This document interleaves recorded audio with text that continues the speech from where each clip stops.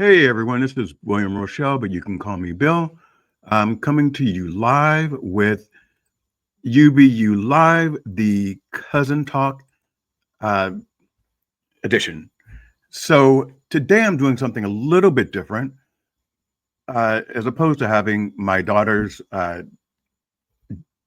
company listed, my brother's company listed, I want to give back to Angela Greer. Angela Greer was on our show last week. She was talking about her 15-month job search and how she was about to lose her home. And the only solace that she had was the fact that she had her dogs.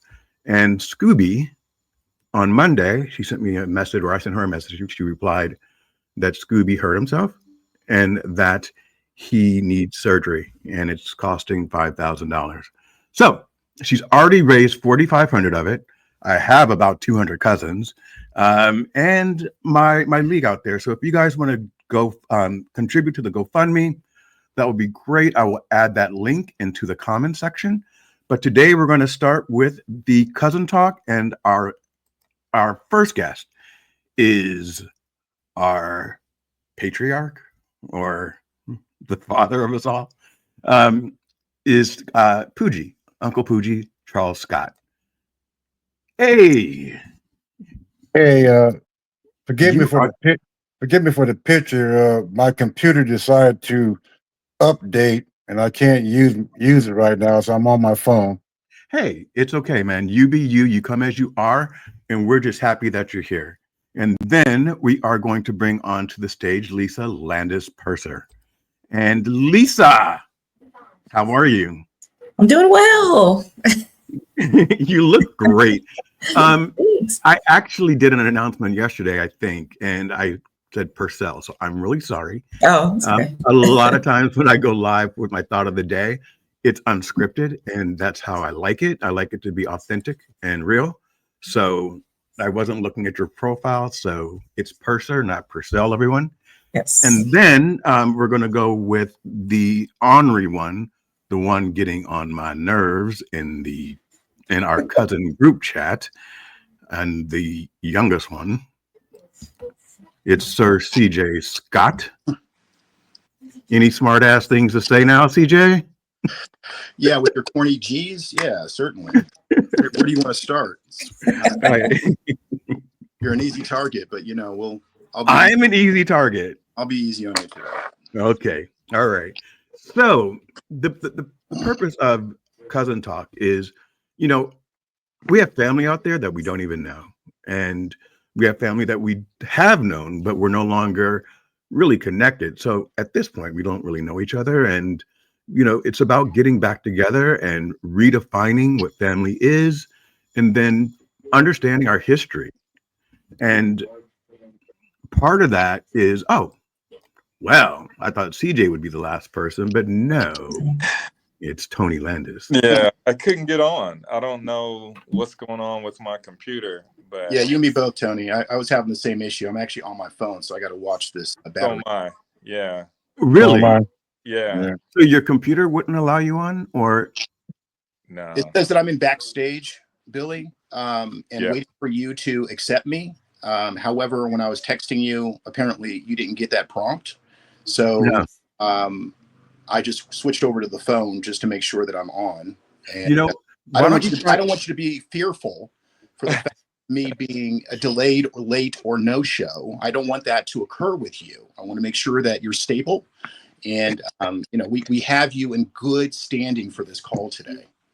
Oh my God, it's starting already.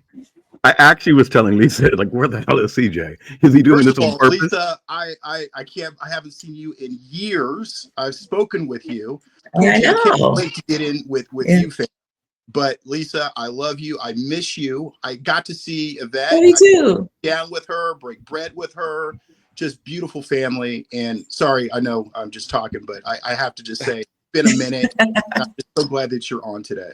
No, and you know what? That's the purpose of the entire thing. Is all of us are kind of fragmented, and part of it is that we've gone our own separate ways. We've raised our own families, and then me being the youngest, of course, you know, you start to feel a sense of fiction. That's a lot of fiction right now. Wait a minute. Hold on. Right. I think there's an ongoing theme here on this call tonight. I know. I just want to make sure the audience truly understands that you're old as petrified wood. So I just want to make sure that we have a good baseline. We have a good baseline before we get started today. Come on. Right. Why are you coming for me so hard?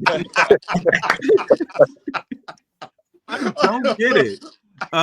My suggestion is that Tony and CJ email yourselves the link that I sent in just now to see if that helps you get on through your computers. Maybe it will. But I'm so excited to be with you guys. Really. And I'm so excited to kind of have this conversation. So let's kick it off with Uncle PUIGGIE. You know, before we kick it off with Uncle PUIGGIE, I want to tell Uncle PUIGGIE that I believe next week on Cousin Talk Live, we're going to have Shauna, who is Aunt Nancy's granddaughter.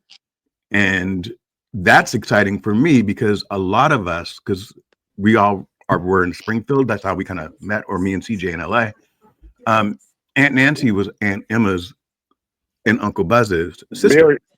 Bill, you're breaking up. You're breaking. Am I breaking up for everybody? No, you're fine. You were You're fine here. Okay. For me, yeah. So that's Aunt Nancy's cousin. I mean, sorry, Aunt Nancy's granddaughter is going to be there. And for a lot of us, I only met Aunt Nancy once in my entire life. But I heard my grandmother loved her so much. So it's going to be exciting to see what Shauna has to share and to understand that part of our family. Uncle PUIGGIE, kind of tell us, you know, Uncle Buzz, Aunt Emma, my mom, you, Joyce, growing up, how was that? That could be a loaded question. No, just tell the was truth. it? I mean, yeah. No, I got you. Just chill for a minute. We were, in some ways, we were like brothers and sisters. Very tight, and that was because the parents, the adults, were very close, communicated constantly. Matter of fact, Joyce and Barbara couldn't go anywhere by themselves or socialize. You know, we had at one time we had a covered beach on the lake, and there were a lot of activities out there. And Aunt Emma would tell my mother that she wanted me to be the one that took them out and about. So I was basically responsible for those two guys, and we kind of grew close through that process. Other than that, you know, the family was. I always say that when you look at the collective, there was a group of powerful, wonderful, creative people in that family structure on both sides of the fence. The Scotts and the Kincans, which was my mother's side of the family. Okay. So one of the things I remember is that my grandmother and my grandfather and Uncle Buzz and Aunt Virginia, and we can go down the list, but the Scott family was very, very close. And we all felt like, me and Phil, and you know, growing up, that you were basically a surrogate dad, you know? Uncle Buzz and Emma said they were cousins, I mean, twins, which they kind of looked alike a lot. But people tend to grow softer as they mature. So grandparents are different than the parents. So what was your experience being the son of Uncle Buzz and Aunt Emma? Well, I was the son of my father, Bill Scott. A couple of things about Dad. Number one, my dad was he was a great athlete. He was the epitome mix of Michael Jordan and Jackie Robinson back in the day. Okay, very very competitive. However, what was so surprising about all that is when it came to teaching us the sport, how to play the game, wherever that game may be, he taught us the basics, the fundamentals, and sometimes he took us through, practicing how to catch and how to bat, whatnot. But he never forced us to do anything we didn't want to do. Okay. He was a perfectionist, and actually being the oldest child, the oldest boy, he put a lot of responsibility on me in regards to looking after my brothers and sisters, and when he was away, kind of being the man of the house. Right. There were times where I shirked. I didn't want that kind of responsibility. I wanted to be a kid and do what I want to do. But you were the oldest, right? Yeah, I was the oldest. Right. The other thing that I watched the first 3 podcasts, and people make comments about certain people and whatnot. And one of the things that was said about me was that he's highly opinionated. And You are highly opinionated, but that's part of who you are. Well, actually, what it is for me is that I have no problem telling the truth and being honest. It works for me. Okay, that's the only thing I can do too. So being honest with this question about my dad, the other aspect of our relationship was that my dad had a sharp tongue. Oh well, so did your aunt. Well, I didn't live with my aunt. I lived with my father. Right. My father tended from time to time to be abusive to some words he would use when he dealt with me. So consequently, given all the responsibility I had, I kind of didn't like to be on my dad a lot. So my brother Chris, they were. I kind of we had some issues. Right. Okay. You're kind of breaking up a little bit. Is that just me, Lisa, or is he breaking up for you? Yeah, he's breaking up. Okay. So what I heard was that your father could also be very verbally intimidating, very verbally abusive. And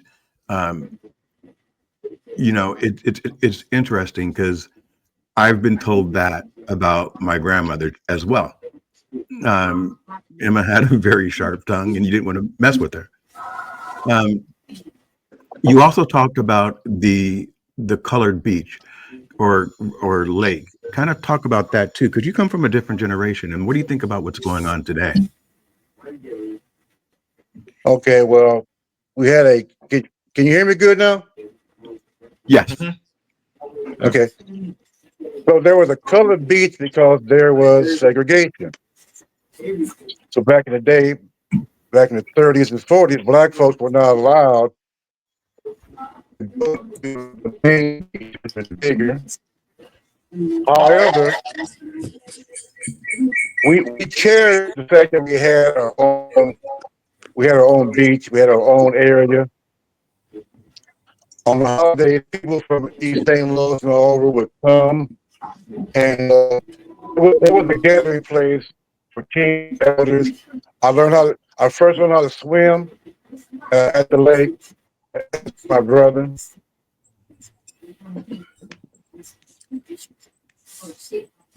So what was the question, sir? Yeah, that was a great answer. I also want to point out that, and I hope this doesn't really affect anyone's feelings, but Deborah Scott's only said "Go CJ" and added hearts. So the rest of you to Deborah Scott obviously aren't on the show. Only CJ is. So now I'm feeling Deborah, Deborah, oh my God, vivid memories there. Now I'm feeling a certain way about CJ. CJ, you're becoming the disruptor. Well, I'll tell you what. Well, I'll tell you what, Billy. I'm not. Let me say this. I don't want too much time to be spent on me because this is the first time I've had the opportunity to meet Lisa. I've heard of her, never met her. CJ, the son of I live over in the same named Scott, neighborhood. correct? Yes, sir. CJ, your dad and I were like brothers. Love him, awesome person. And Tony, Mhm. knew you existed, but never spent much time around you, if any. So it's a That's pleasure. And I'm here basically not to run my mouth and talk about me, but to basically take this opportunity to learn about you guys. Okay. Oh, that's great. I have a question for you. Um, Outside of Aunt Nancy, can you tell us a little bit about Uncle Tooks? And then after you do that, where did all these nicknames come from? Tooks, Buzz, PUIGGIE. Kind of what was the facilitator of that? And then we'll get into Okay. the two important people. The nicknames, I had no idea where they come from. I just know that I was not ashamed of my nickname. Poogie back in where I grew up at. Poogie is notorious, so I'm not ashamed of that name. Okay. Mhm. As to Uncle Tooks,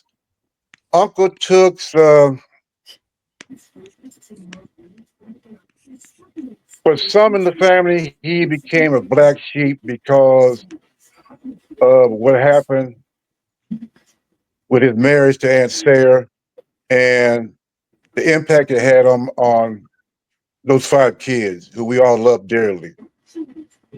Okay. Don't get me wrong, love Uncle Tooks, respect Uncle Tooks, but I actually didn't spend a lot of time around him. You did not. No. Right. Right. I don't think I Aunt Nancy lived in Detroit and I met her and I don't think I've ever seen Tooks. Never met him. Um, I don't know if you have any information to share with me, but um, I've always dealt with the absence of my father. Do you remember him at all?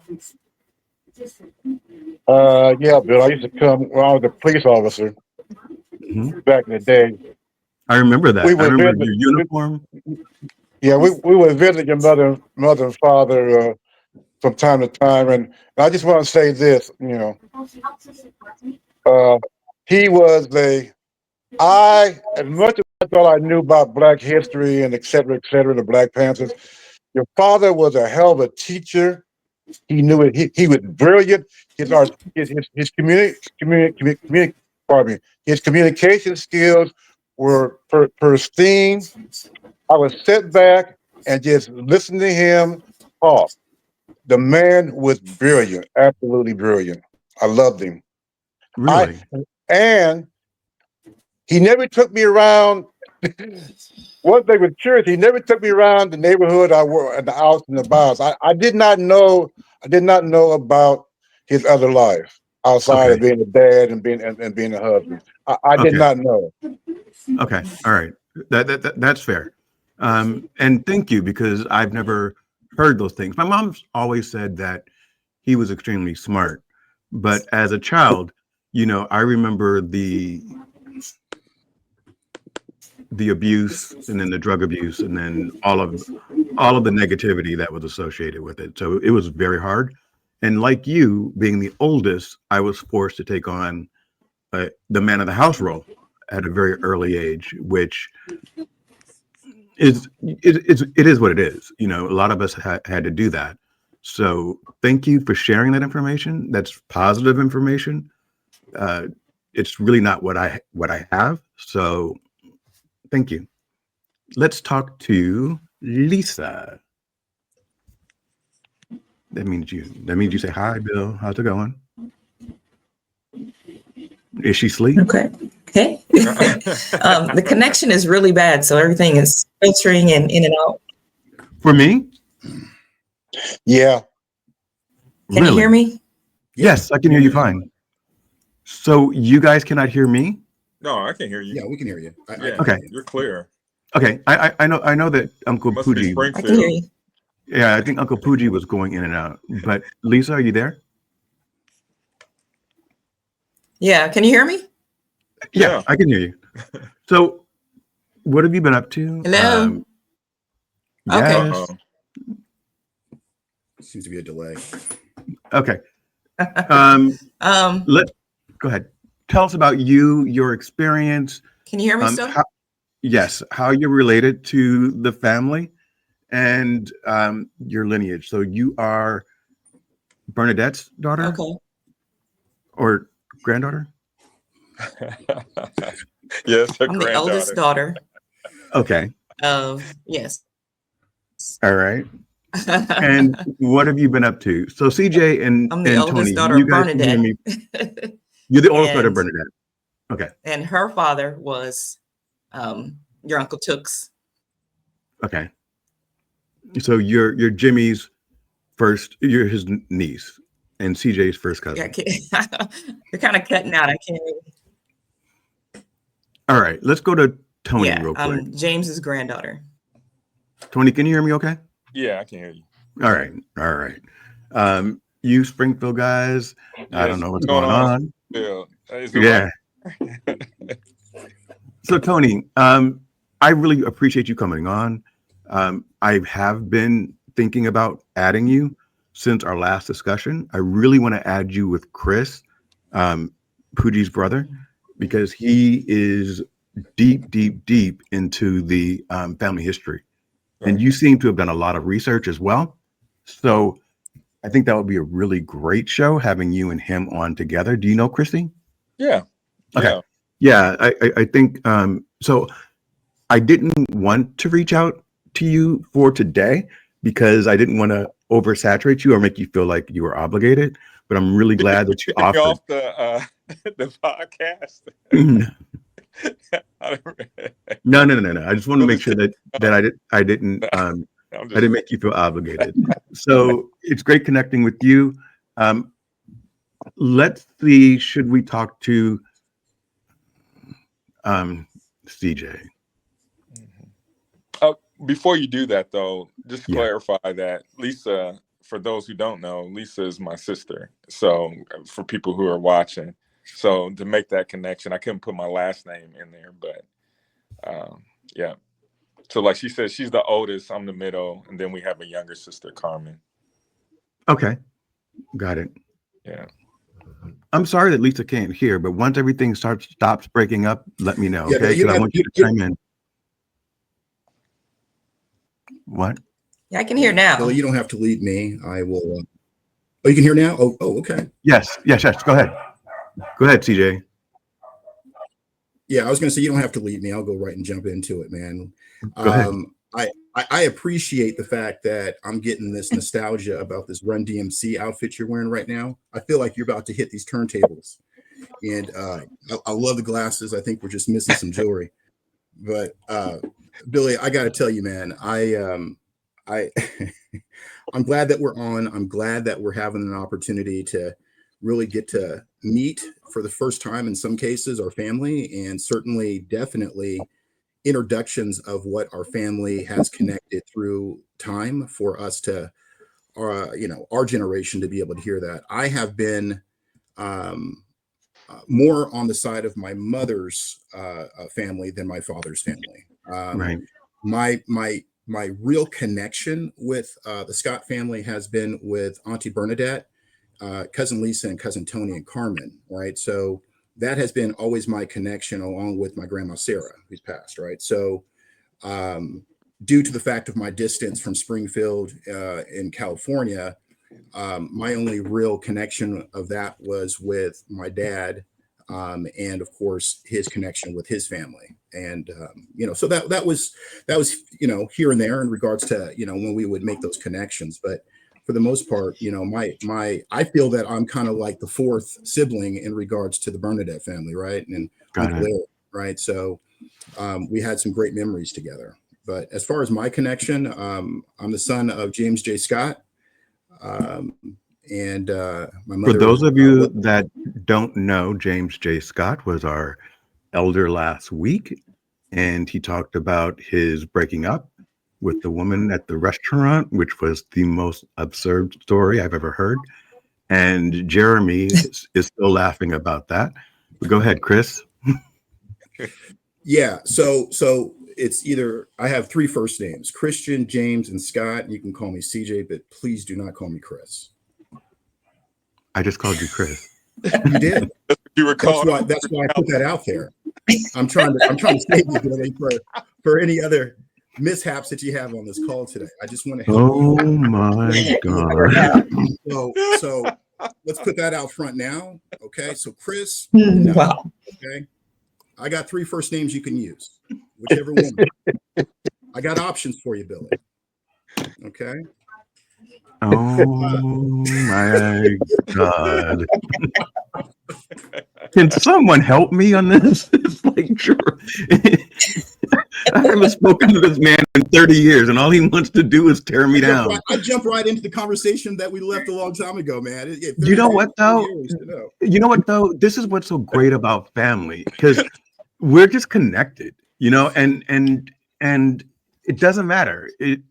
There's I keep saying this on every show. There's a thread that connects us, and we instantly feel like nothing is, skipped a beat. And even in the ones that we haven't met, they are our family, and we feel an instant connection. I have something for you, CJ, and this is kind of serious, okay?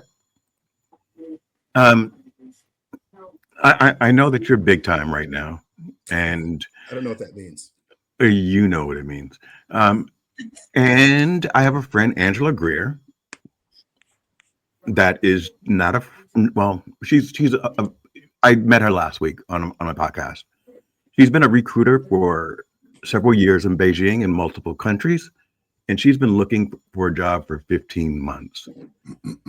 So I'd love to give you her resume. I don't know if you have any connections out there, but I believe in helping others, regardless of whether or not they're family or friends or just someone that you met in passing, because we never know.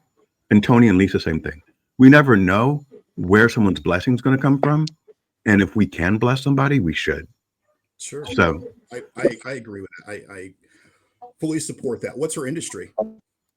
Angela, if you're listening, you can put your industry in the comments, but she's been a technical recruiter and a creative recruiter. She's worked in Beijing. She's worked in Canada, some other countries. I mean, I'm not looking at her resume, and really that's not the purpose of this call, but I mean, or this talk.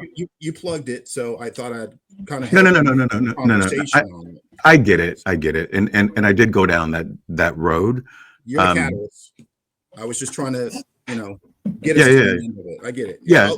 I'm more than happy to receive the resume and maybe even talk offline so that we can, get some more time back in the family. But I'm more than willing to review and see what we can do. Okay. And she says, I promise not to call you Chris. Just now. Huh? That's a great first start. There, see? I was saying the same thing, CJ. Where's PUIGGIE at? First of all, let's, I think PUIGGIE's connection is really, really bad between him and Lisa. And I think, I think it's this Atari server that you're working on. I think it's the platform that is joystick and not keyboard. Look at your technology for how we interface with you. Well, cousin PUIGGIE and I are in the same area. Okay. We live in the same apartment complex area. So that could be it. No, I think it's just this area. It's pretty bad. Yeah, because the rest of that's one of the reasons why, CJ, that I asked everyone else if they could hear me okay, because it was PUIGGIE and Lisa that were saying that I was breaking up. So I did do what you would consider to be the triage, which is making sure that my technology is working correctly. And in 3 more seconds, you have 4 more times to call me out. All right, I'm counting. Is that right? Is that right? I'm counting. You got 4 more times, and then you and I are boxing. When are you going to be in 4 more? Yeah. Use them wisely, my friend. Use them wisely. When are you going back to Florida? Because I would love to have you take me to dinner because I ain't working. So I was actually in Atlanta, but I will. Who cares about you being in Atlanta? I said, when are you coming back to Florida? Yeah, so Florida, so for me, Atlanta has nothing to do with this. So Miami is where I'll be coming in most likely in August. I'll be here in August. Hopefully, I'll have a job by then. Because it's killer out here, man. It's killing me. If you come in August, then yeah, I'll take care of. We'll go Dutch. Let's do that. I'll probably be catching up on some bills. So this is really interesting because first of all, you and I had hung out a couple of times when we were in LA. Your dad and my mom would come over to my mom's, or we would come over and I think we would pick you up.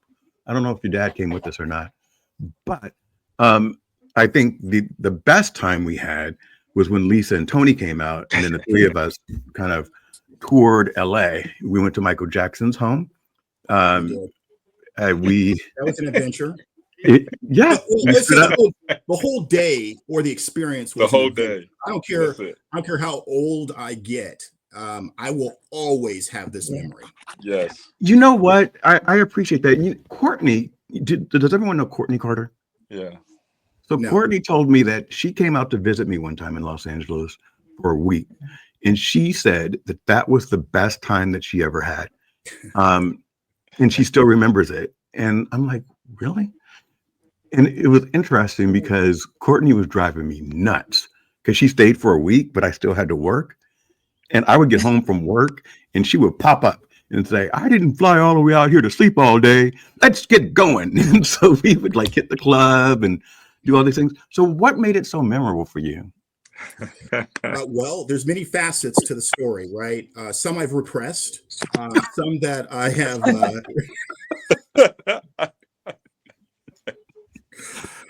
some that really, amplify in regards to, having a really good laugh. But all in all, it was a great first impression and experience with you, Billy.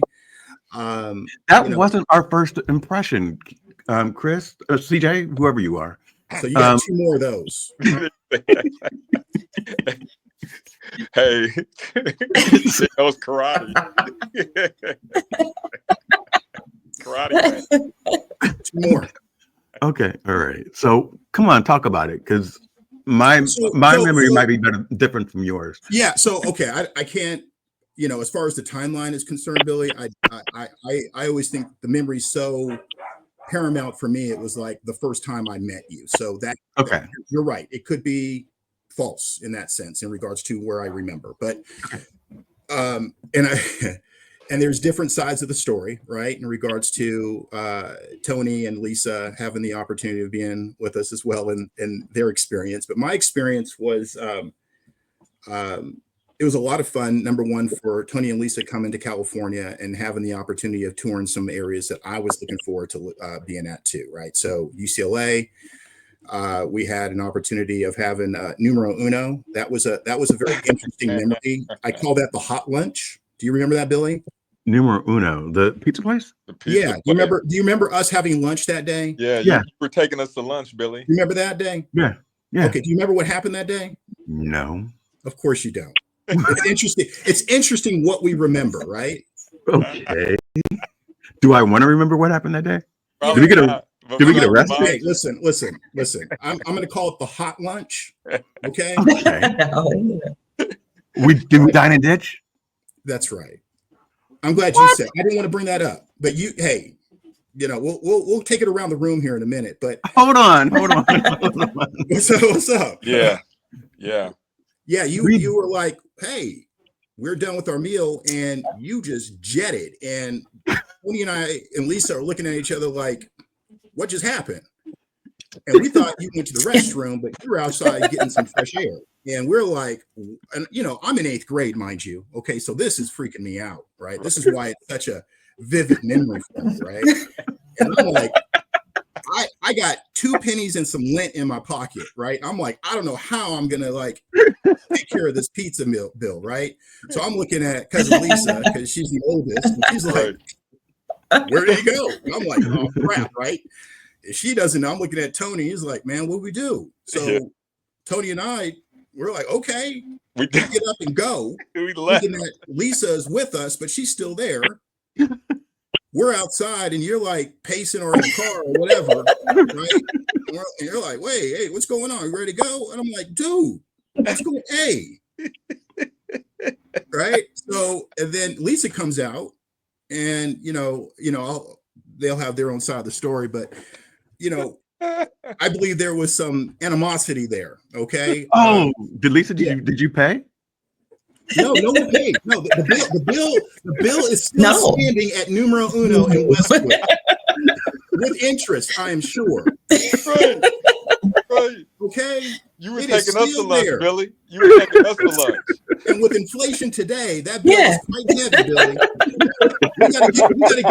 We gotta get you working quick so you can go back and pay that bill. Right. Because I've been getting phone calls anonymously with numero uno, and they're not even in business anymore. So I'm like, I don't want people coming up to my house with baseball bats talking about they want pizza money. I am just I'm a good time.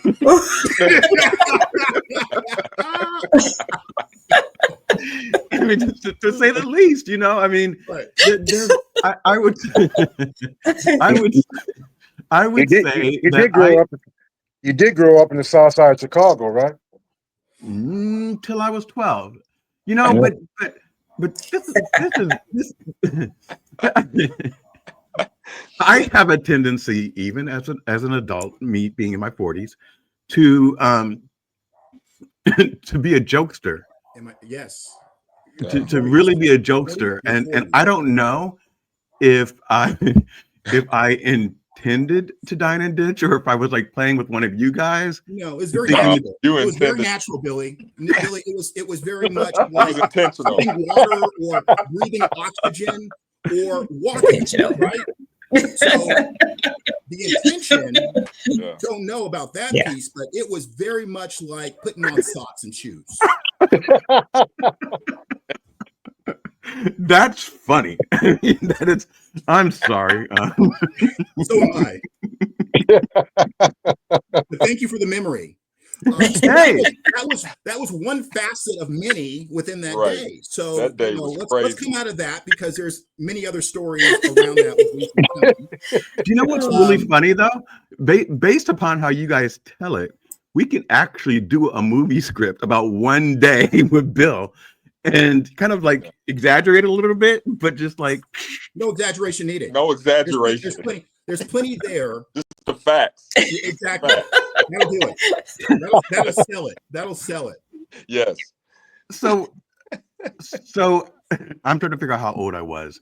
So I left. Listen, you were driving, and I was in 8th grade, right? So this 40 thing, I'm not 15. Sure where that comes from. So, but excuse me. I remember. Well, I was driving at 12, so that really doesn't. You weren't 12, my friend. Okay. Yeah. So I left my house at 16. So was I living at home, or was I living on my own at the time? I think you had your own place. Okay. Because we went to a house because you needed to change, because we had been at the beach, even though we weren't dressed for the beach. That's right. How things played out. Wait. So take me back, because I don't remember any of this. Okay. Go through it. So we went to the beach. Well, here we go. So the day actually started out, we were with your mom. And so we were with your mom, CJ's dad, our parents, me and Lisa's parents, and we were all out shopping. So I wanted to go to the swap meet. Okay, we're from the Midwest. We haven't been in LA for years, since we were like little kids. And so, I'm 15 years old, and I want to get some Jordans, because I heard that there's Jordans at the swap meet. And I didn't want to pay $100 for Jordans. There are no real Jordans at the swap meet. You know that, right? So your mom takes us to the swap meet. Like she would. They didn't have any Jordans. And I was like, well, where are the Jordans at? And so she was like, CJ was like, they're in Crenshaw. And so we were trying to get her to take us to the Crenshaw. swap meet, and she was like, "No, we're not going to Crenshaw. We're not going over there." And we were like, It's "Come really on." nice right now, by the way. What's Are you that? still in LA? Sean, it's good. No, like the neighborhoods behind the mall and everything. They've really cleaned it up. Last time I was there, which was a year ago, it was beautiful. The street, the main street itself is still Crenshaw, but you know, the neighbor, yeah, they cleaned all that up. Yeah.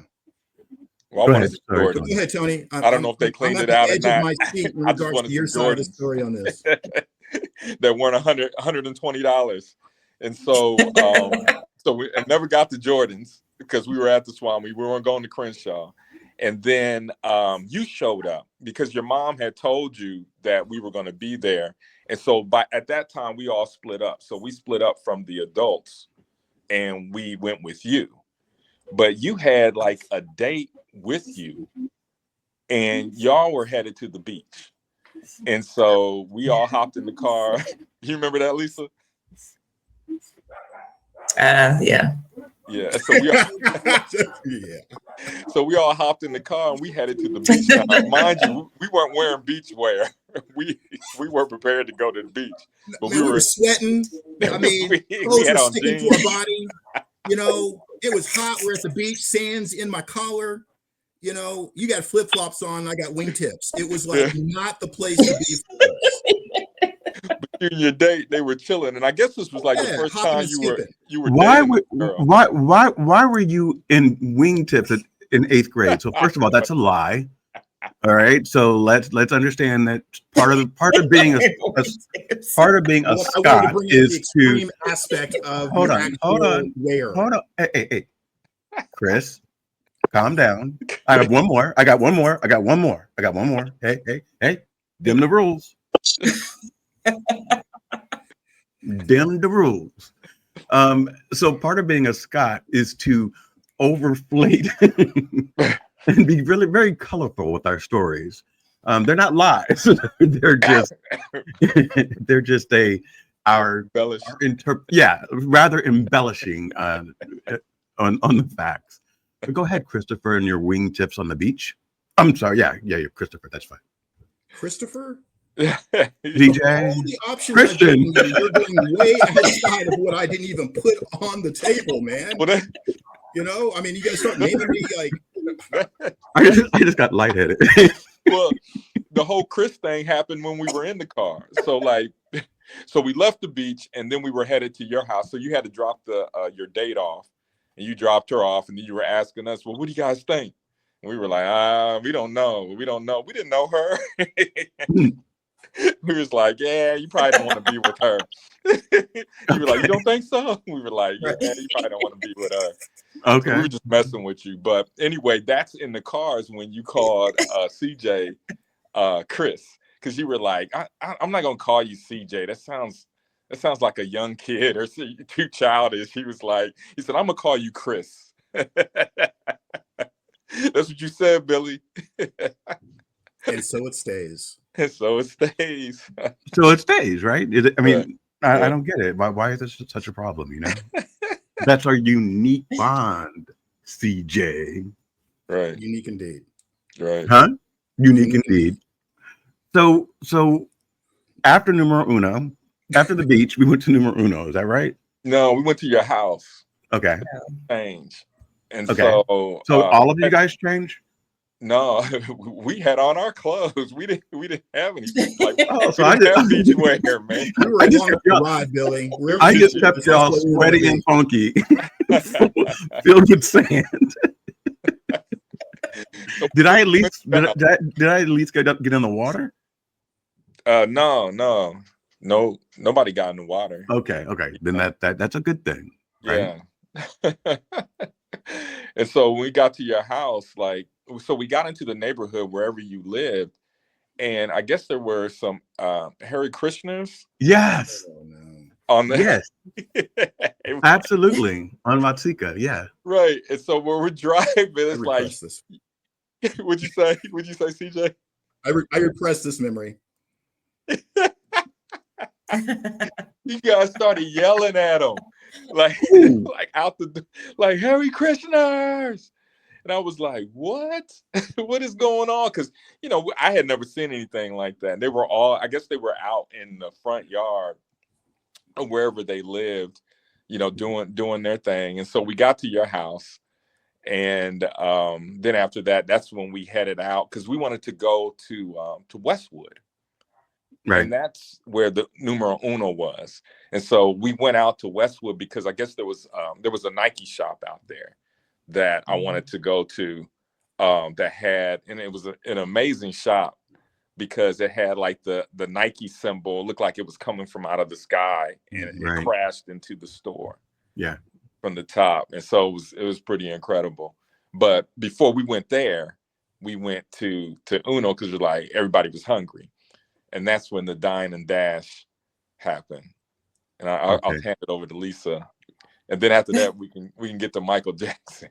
Okay. So first of all, it's questionable whether or not the dine and dash really happened because the Scots tend to exaggerate. Yeah. But go ahead, Lisa. Tell your side of how horrible of a human being I am. Nonfiction. Well, first of all, it did happen. And they're right. I was the last person in the restaurant and I wasn't sure what to do. So since everybody was gone, I decided to casually walk out because I didn't want to have attention drawn to me. So I got out, but I know that I was highly pissed about the situation. Did you say anything to me at the moment? Did I know? I probably said a few words. Yeah. I can't recall exactly, but yeah. Okay. I'm pretty sure. Did I respond with kindness or it was all fun for you? Yeah, it was cavalier. You're very cavalier. Yeah. Yeah.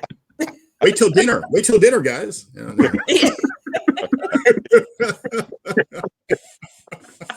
You haven't seen nothing yet. So Lisa confronted me and I'm like, Pasha, it's okay. Why are you so mad? Right. No big deal. Okay. No big deal. And did we ever make up, Lisa? Are you still mad?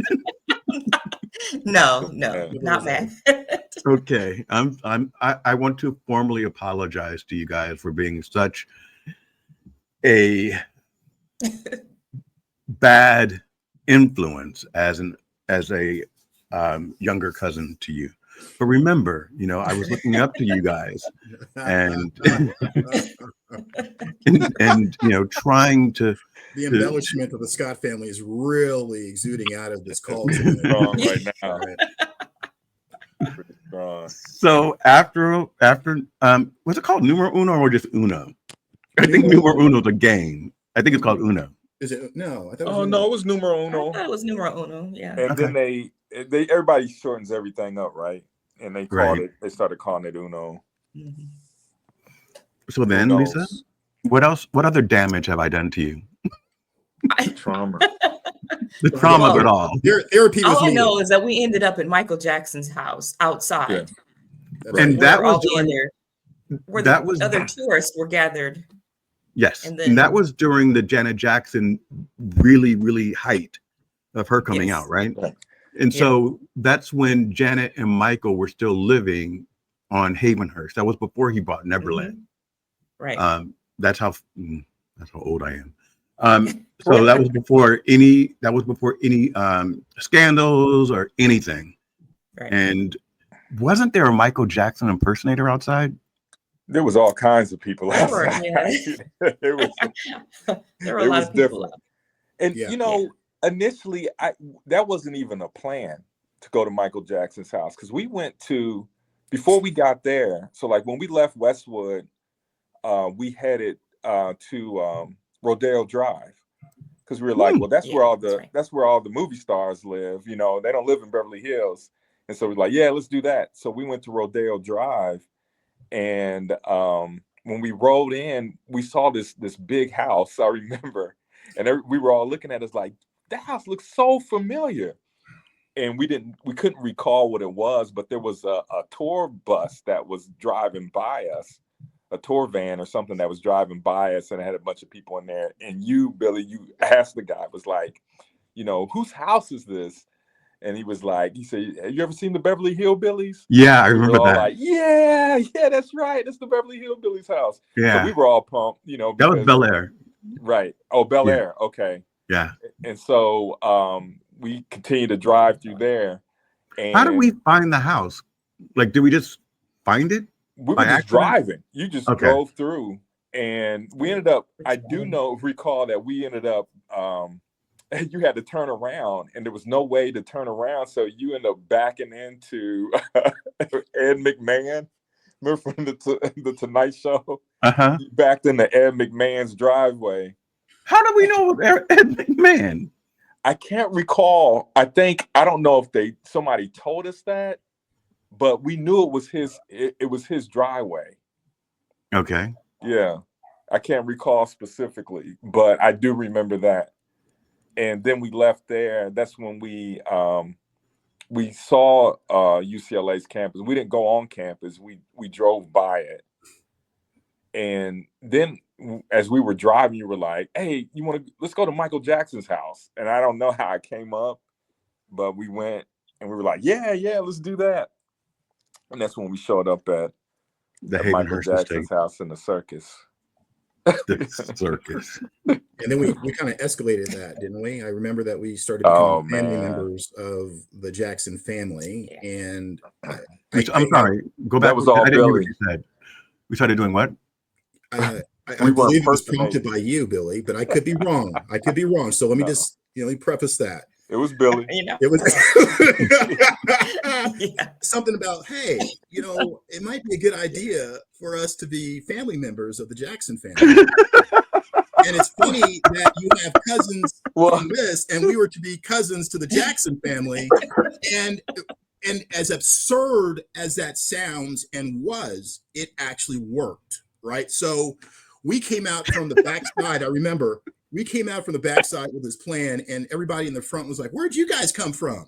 Oh, Billy's like, "We hopped the fence. We had to get out and get some. We were just tired of being in there with the family." "They're your family?" "Yeah, we're cousins. We coming in from," I forgot where we said we were coming in from. I'm like, we said Indiana. What are we gonna do? What's going on here? I said this whole dynamic changed for us being actual visitors and actually being part of the group that was there to us now being family, right? Everybody's like, "Oh, let's take pictures. Oh, the cousins are over here. They're breaking out."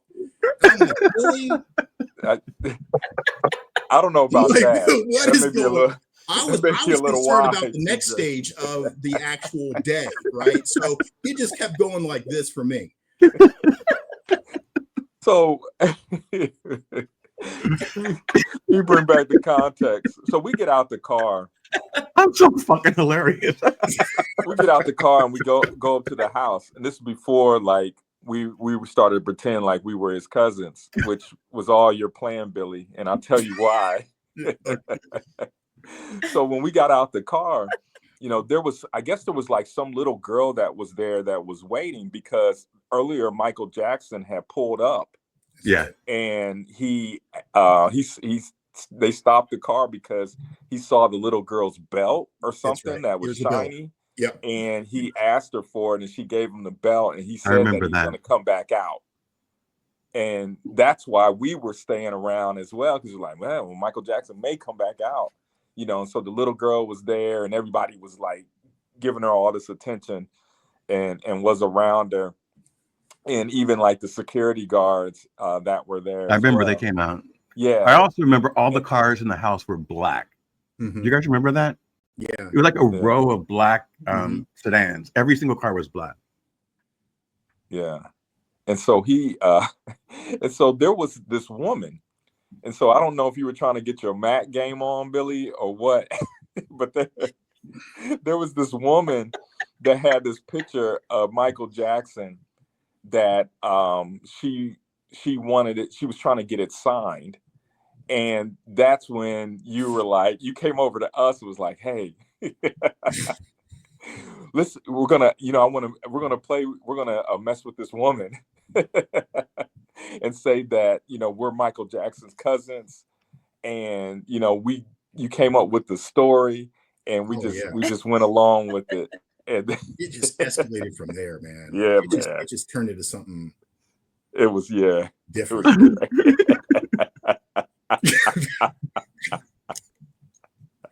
I was like, dang, he's creative. Billy's creative. Yeah. On the stuff, you know, like, right. You guys want to hear something funny? This is kind of similar but different. I shouldn't really say this, but I am. So I have a friend. Her name is Michelle, and she's from England. So she has an English accent. And I was in New York, and for some reason I had a limousine. So we went up to this nightclub, one of the biggest nightclubs in New York, and I said, "Hey, we have one of the Spice Girls in the car. I don't remember which one it was." And the guy was like, "Sure, come on in." He kind of let the things go. And so Michelle walks out, and she does look like Sporty Spice or whichever one it was. And she's like, "Hello." And we just got the VIP treatment. They let us in. Everything was free. So I continued that way into my 20s. She'll be on next. Yeah. Huh? Michelle will be on next. Yeah. Michelle, if you're out there, please chime in. Yeah,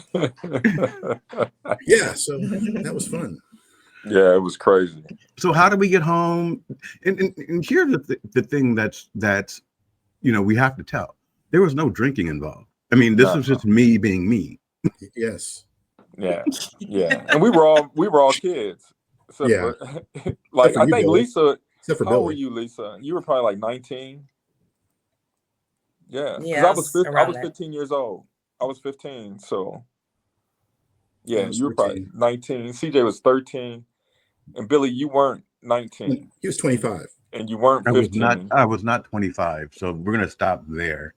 I thought you were like 21, 22. Yeah, I might have been. That's probably fair. That's probably fair.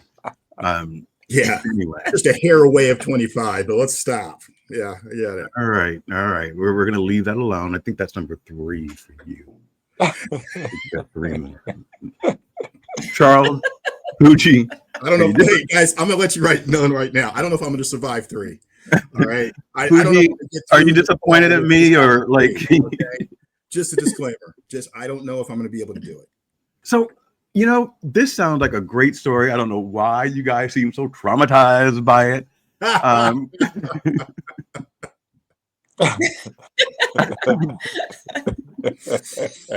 I don't know why either, right? I mean, what's that all about? So the question is, Billy, where did all that come from? It's really interesting that you asked that, PUIGGIE, because living in Los Angeles, you learn certain. Well, let's remove the pizza thing because that's embarrassing. But I got into a lot of parties and stuff like that by name dropping, and you're always like one person away from something. So I would go to parties and say, "Hey, I'm on the guest list," and they would say, "Well, who's guest list?" And I would say, "Reginald Hudlin," and they would go, "Okay, sir, let me in," and let me in. And I had friends that worked for Motown, and they would say, "Oh, Diana Ross is going to be at this thing," and I would go and say, "Hey, this person put me in their guest list," and they would just let me in. It was just a thing. So I was always at a backstage party or someplace because I always knew someone that would, at the Reginald Hudlin event, it was Salt and Pepper, it was Eddie Murphy. There was a bunch of like really high profile Black actors and actresses and singers at this event. So, I don't know.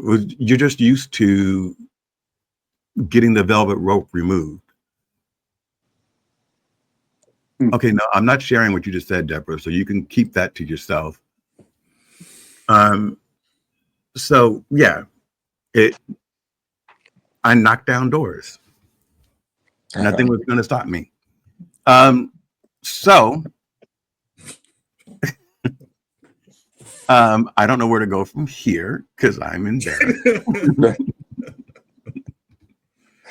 So, CJ, anything else that I need to repent for? Repent? No. No. It's all in fun, man. Oh yeah. Was it? Hey. Honestly though, thank you for the memories. On Yeah, that I was mean, hilarious. that has just taken about a good 30, 45 minutes of just half of the day, right? With Billy. Right. So a day in the life of Billy, just for the audience out there. You will be shocked, amazed, and packed full of memories for years to come in regards to having the adventure of Billy here. But isn't that the purpose of life, is to be adventurous and have fun? Billy, thank you so much for bringing that up. I agree with you. Thank you for sharing that segment of life that I'll never ever touch again. And having the opportunity of peeking or looking under the hood on that one, I certainly appreciate that experience. To never I mean, I would never dine and ditch today. Number one, because I probably couldn't run out, Number two, I don't look as they used to, huh?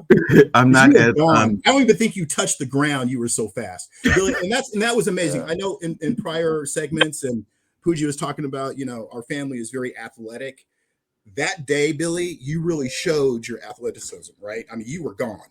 I mean, it was like more like a magician. We thought you were in the restroom, bathroom. Yeah, it was amazing. So was I just like, they'll figure it out? Yeah, man, it was messed up. We got it eventually. Because I looked at Lisa, was like, "You gonna pay Lisa?" And she was like, "Nope, I'm not paying anything." I can tell she's still getting mad about it. So let's leave it a little. And I probably had about $60 in my pocket, but I was trying to buy some tennis shoes, so I wasn't paying for it. And I was gonna get my shoes. Did you ever get those shoes? What are we gonna do? Did you ever get the shoes? Did you get the shoes? Nah, because we didn't go to the swap meet, so I couldn't get the Jordans. But I ended up. We went to the Nike stop. What's that? I got some shoes. I guess it was at that store, right, CJ? Yeah. I got some like blue and gold Nikes that were UCLA colors. You got the Bruin Nikes. So they were really nice. They're actually displayed in the window and in there. It was that was really fun. And nobody in Springfield had them. So see, I mean, come on, that was good. And I will say this, that experience really helped me get on board with being at UCLA, right? So I fell in love with the campus and the experience, and it was a nice. That was fun. I had a good time with that. I think it started getting normal at the end of our day. Yeah. I think you were a bit exhausted, Billy. Honestly, I think you were like, you know what? This bag of tricks is for tomorrow morning. Yeah.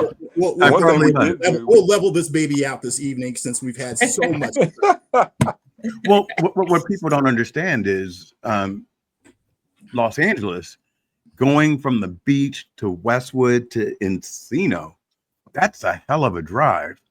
And so we went through Bel Air. We got out of the car to go in Westwood to go to the Nike shop. We went to Encino to the Jackson's establishment, and we became Jacksons ourselves. That's a packed day, just in driving alone. So, what time did we get back home? And then it was late, because it was. So this is the summertime, right? So it doesn't get dark until almost about 9. And so we were out there till probably about 10:30 at Jackson's. Yeah. Yeah. And then when we left, we never got anything to eat. So there was no dinner. Nobody had money. So we were traumatized. We were doing part 2 dine and dash. That wasn't going to happen. All right. So we never ate dinner. Did we get in trouble when we got back? No. And then where did I take you guys? Because were you guys staying with my mom, or we were staying with Uncle Jimmy? So I drove you guys back to Carson? I think so. God. Yeah, I must have been like dead when I got home. Like, because that's a lot. Going from Encino, CJ, you know it. Going from Encino all the way to Carson, and then going back to where I live, which was West LA. That's a lot. Yeah. So yeah, I was probably dead dog tired by that point. So, what type of adventures have you guys explored on your own without me? Since I had a question for Charles Cousin PUIGGIE. Because I know, like, I remember you, cousin, when whenever times when Uncle Pablo was around. I know that you and Uncle Pablo hung out a lot. What do you recall about Uncle Pablo? Whoa. I know that's a loaded question. I did want to ask because I know like Uncle Pablo played basketball, and I think somebody was telling me that he had an opportunity to go to North Carolina to play in college. Yeah, that may be true. I'm not familiar with that. Okay. What I know about my experience with Pablo was during his earlier days when he was younger. Yeah. Actually, when we become older, we all had a tendency to kind of move apart based on our journey, what we were into, Right. doors that were open for employment, which was big in those days because, let's be real. When I graduated in 1962 from high school, and I sat down with all my guys I grew up with, and we sat there and pondered what's next? What are we going to do? The option then was you're going to go to work at some factory, you could join the service, and college. Well, when it came to college, very few black kids, particularly black males, were going to school back in those days. Okay, so when it came to Pablo, he kind of became notorious for some notorious, nefarious stuff. Okay, Yeah. I've heard through folks, I've heard rumors and heard stories. And the truth about the matter is, what because of our age difference, we really didn't run together. We really didn't hang together. I spent time with all my cousins at a particular point in life. When you look at that stair step picture of all the cousins, I'm at the top, right? And there's my brother and there's Jimmy. That's basically how it flowed in regards to how we interacted with each other and whatnot. Okay. I like all of us, I kind of just went with the flow of life. Began to set some priorities for myself, look for opportunities. Uh, so that was that. But I really wasn't that involved with Pablo at a certain point in time. Okay. So, but he hung out with cousin Chrissy a lot then. Yeah. Okay, so that's what it was when those big I was dudes. growing up. I could see all three of you together, so it makes sense. Yeah, every now and then, Hanging based out. on Yeah. family outings and whatnot, I would be in the mix, but I was not a loner. I was just basically not a trailblazer, but there were doors that were opening up, okay, that I took advantage of, and I was found myself at another level where I wasn't interacting with family as much as I used to. Wow. But I was always there for folks who needed a lift up or whatnot. I I found that I don't want to get too deep. No, go But ahead. Go. uh, at a very young age, probably around 9 or 10, I began to ask a question that I knew was pretty profound for a black boy, which was, "Lord, why am I here? What is my purpose?" Uh, Long story short, I began to understand what my calling was. Well, that I had a calling and what it was. Okay. And it had to do with touching people, working with people, touching hearts, and which has been on a professional level, pretty well what I did in a lot of different areas and whatnot. Uh, However, as good as I was helping and lifting and whatnot, probably the major regret I had to this day is that I wasn't there for my son, for my baby boy, when he really needed me. Granted, I took Billy and the guys to Disney World for a week. I remember that. When I moved to Cincinnati, my son spent 6 straight summers with me, which was time for me to pour into him.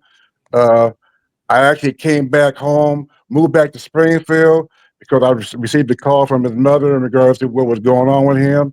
I love my baby, but the bottom line, the reason why I admire and respect CJ, your father, so much, because he made a statement last week which really hit home. He made a decision that you, his son, was his number one priority. I dropped the ball when it came to my baby boy. I was not there when he needed me. I was in and out. I was not consistent. But I was not there when he needed me. And I grapple with that monster every week. It's a regret. It's a regret that I talk about when I'm mentoring people, when I'm doing training and whatnot. I talk about regrets, how to avoid those regrets. You know, some you cannot avoid. That's life. But just to be straight with you guys, you know, my marriage went down. Something terrible happened that decimated my marriage. My family was gone. I looked up. I was blindsided. I didn't realize my son was going to be moving to Chicago. At that time, I was still a police officer, and then I moved to a state job. But in the lesson, the lesson is to follow your heart. Be careful who you listen to, who's in your ear. There were influences. I was influenced by other people. You know, I won't name any names, but I made some fucked up decisions, made some mistakes that I regret, and I just simply continue to ask the Lord to allow my son to forgive me because I do love him. He is my life. Truth of the matter is, y'all, there's a reason why he's my only child. I have no other children. That was intentional. I couldn't do it to him. That pretty well determined who, I've been married. I'm into my third marriage. Okay. And my decisions about who I married was predicated on whether or not they had any children. My second wife did, but she was going on to college by the time I came to the picture. But tough decisions. So CJ, I'm listening to you, and like all you guys, you're absolutely special and brilliant. But CJ, I've heard about you. My first time, and I'm listening to you, and yeah, dude, you got the poison pill. You're a Scott. Okay, all right. I'm going to stop you for 1 second. Okay, we need to stop with all this CJ love. All right, there are 3 other people on this. You need to facilitate and be quiet for a minute. Okay, can you do that? Wisdom. Now, so let me just spend some time with CJ. I'll end this, okay? Because I can get. Because I have some questions for you in regards to your time with my father and any. Sure, go ahead, sir. Any stories that you have in regards to having some experiences and memories with Jim Scott. My stories with my dad have been primarily around how he grew up to some degree. A lot of military aspects is one of the reasons why I went into the military. Yeah. My dad's biggest thing for me was that really still resonates with me today is that you have to be better than the last generation.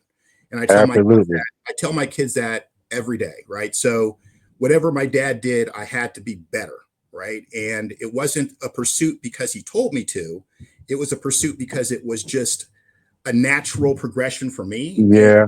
That I felt that was always there for me to pursue and be better, right? So not to brag about it, but definitely to take advantage of what we have as Scots that's innate in us to be able to persevere through, Jim Crow, whatever it is, whatever strife or challenges that life has given us, we always seem to always be able to come and rise above that. And I have made it a life choice to always be able to identify that, strategize with that, and really pursue it. So I'm always, and this is very special for me because again, I was really raised by my mom, right? I mean, dad definitely came through in regards to coming out from Nebraska, leaving his occupation back there, and coming to California and pursuing a new job or career. That had to be scary for him at that age, and having a young son to also take responsibility for in regards to what his pursuit was for making that transition. But all in all, I have leaned very heavy on my mother's side, right, and to a detriment. So in regards to not knowing my Scott side of the family, which is just as rich in regards to the history, the love, the connections. And that's something that even at my age, I'm still pursuing, right? And and my story isn't unique in regards to my relationship with my father. So, but it gives this, Billy, thank you, by the way, gives me an outlet, this and other things, to be able to connect with the Scott family or family within our tree, to be able to ask these questions where I was not able to, nor going to, with my current parent. So this gives me an opportunity to persevere, to be able to look at, the challenges that are currently in a relationship, to be able to really reach out to family and get something that I never really had. And I take full responsibility for that at a certain degree, right? Because there's always times I could reach out and be there. And so I take full responsibility in the sense of my delay. But as of today and moving forward, I really look forward to getting those stories, getting things that I have not been able to be privy to from a story perspective, from a family perspective, is very important to me. So, my mom has passed. So, these things are extremely of treasure for me. And I look forward to just, I just love the forum, and will continue to be an avid listener, Billy. So, but PUIGGIE, what kind of stories in particular that you can remember hanging out with my dad, and Okay. yeah, I'm really curious about that. Okay. I'm not gonna come with I'm not gonna use the context of a story. I'm gonna deal with the truth and the experience. Okay. I appreciate that. Of us growing up. A couple of things. Number one, Scott men, regardless of the bravado and the intensity and et cetera, the way we projected and the way we dealt with people and what people thought they knew about us, we had great hearts. We had wonderful hearts. We loved our people, and we showed it. Okay, and we had healthy dose of high self esteem, which some people mistook for being cocky or arrogant. Granted, arrogance does run in the veins. Okay, that's true there. So one thing that I remember about your dad was very loving, very honest, and open to feedback, conversation, asking particular questions for a particular reason. And when he got locked in on a project or a mission or something he wanted to do, he would do everything he needed to do to pull the resources together to do it. And he was very consistent. Last week he shared some other things about his love life and whatnot. And the truth about the matter is, I tell people when people try to say that me and my brother used to chase women and we would run about. But the truth about the matter is, we didn't have to chase anybody; they chased us. We knew who we were, and we were very selective. One point in time, my brother and I lived together, and we had a rule: don't nobody shows up at our house, rings the doorbell unless we know they're coming. We did not have women running in and out of the house. We were brought up by two wonderful parents, okay, who taught us some standards and some values that we always stuck with. So, but back to your dad. Um, he had wonderful leadership qualities. He was not loud. He could take charge when he needed to, but his love and support and the kind of relationship that we had because of our age, we were close. and special people, man. Just special people, and that Scott, that that stock that when I talk about being a Scot, I'm not talking. It's not a gender thing. It's not a male thing. It's male and female. Strong, strong personalities. Very trustworthy. Human. Make mistakes. Would admit it. Okay. Wouldn't deny it. Uh, yeah, sometimes can stretch the truth and whatnot and tell some stories, but come on now, you know, you know, you know, it's no fun getting together and having a family reunion and whatnot. You can't share some stories and whatnot and laugh, right? But yeah, that's pretty well how I see your dad to this day, Well, thank you, PUIGGIE. I appreciate that. and I'm very very proud to be his cousin. Very very proud. Right on. You know, I want to first recognize something, that as a family, when our elders tell us to shut up and step back, we do it, right? So Foodie told me, shut up, let me talk, and we're going to make sure that that happens. The other thing I want to tell you, Poogie, is that when you know better, you do better, and your son loves you, and me and my mom have a tumultuous relationship. I think CJ might have some, things. Yeah, we all do. But it's because we do, as he just said, each generation we get a little bit better. So one of the things that helped me was realizing that my mom was 28 years old, widowed with 2 kids. Yeah. After going through a very abusive relationship with a heroin addict. So, it's easy to think, she made mistakes. But when you look at it and you say, where was I at 20 years old? Well, I was taking my cousins around dining and ditching at numero uno, so give them some grace for what they had. Absolutely, absolutely. I guess a couple podcasts up the road, you guys there were some comments made about Philip and why he was the way he was, and I'm sitting there saying, well, you know, do you realize what those guys went through? Yeah, we all tend to deal with trauma in different ways. Okay, absolutely, absolutely. Trauma hurts, and sometimes hurt people hurt other people. But you chose to be kind of introvert at one time, son, as I remember. Okay, you were very quiet. Okay, I still really am. yeah, Me doing this. And Philip, he chose the opposite end of the spectrum. Okay, he was fire. Okay, Absolutely. he got it out, and then he really got it out. He got it out in sports. He got out how to interact with people and whatnot.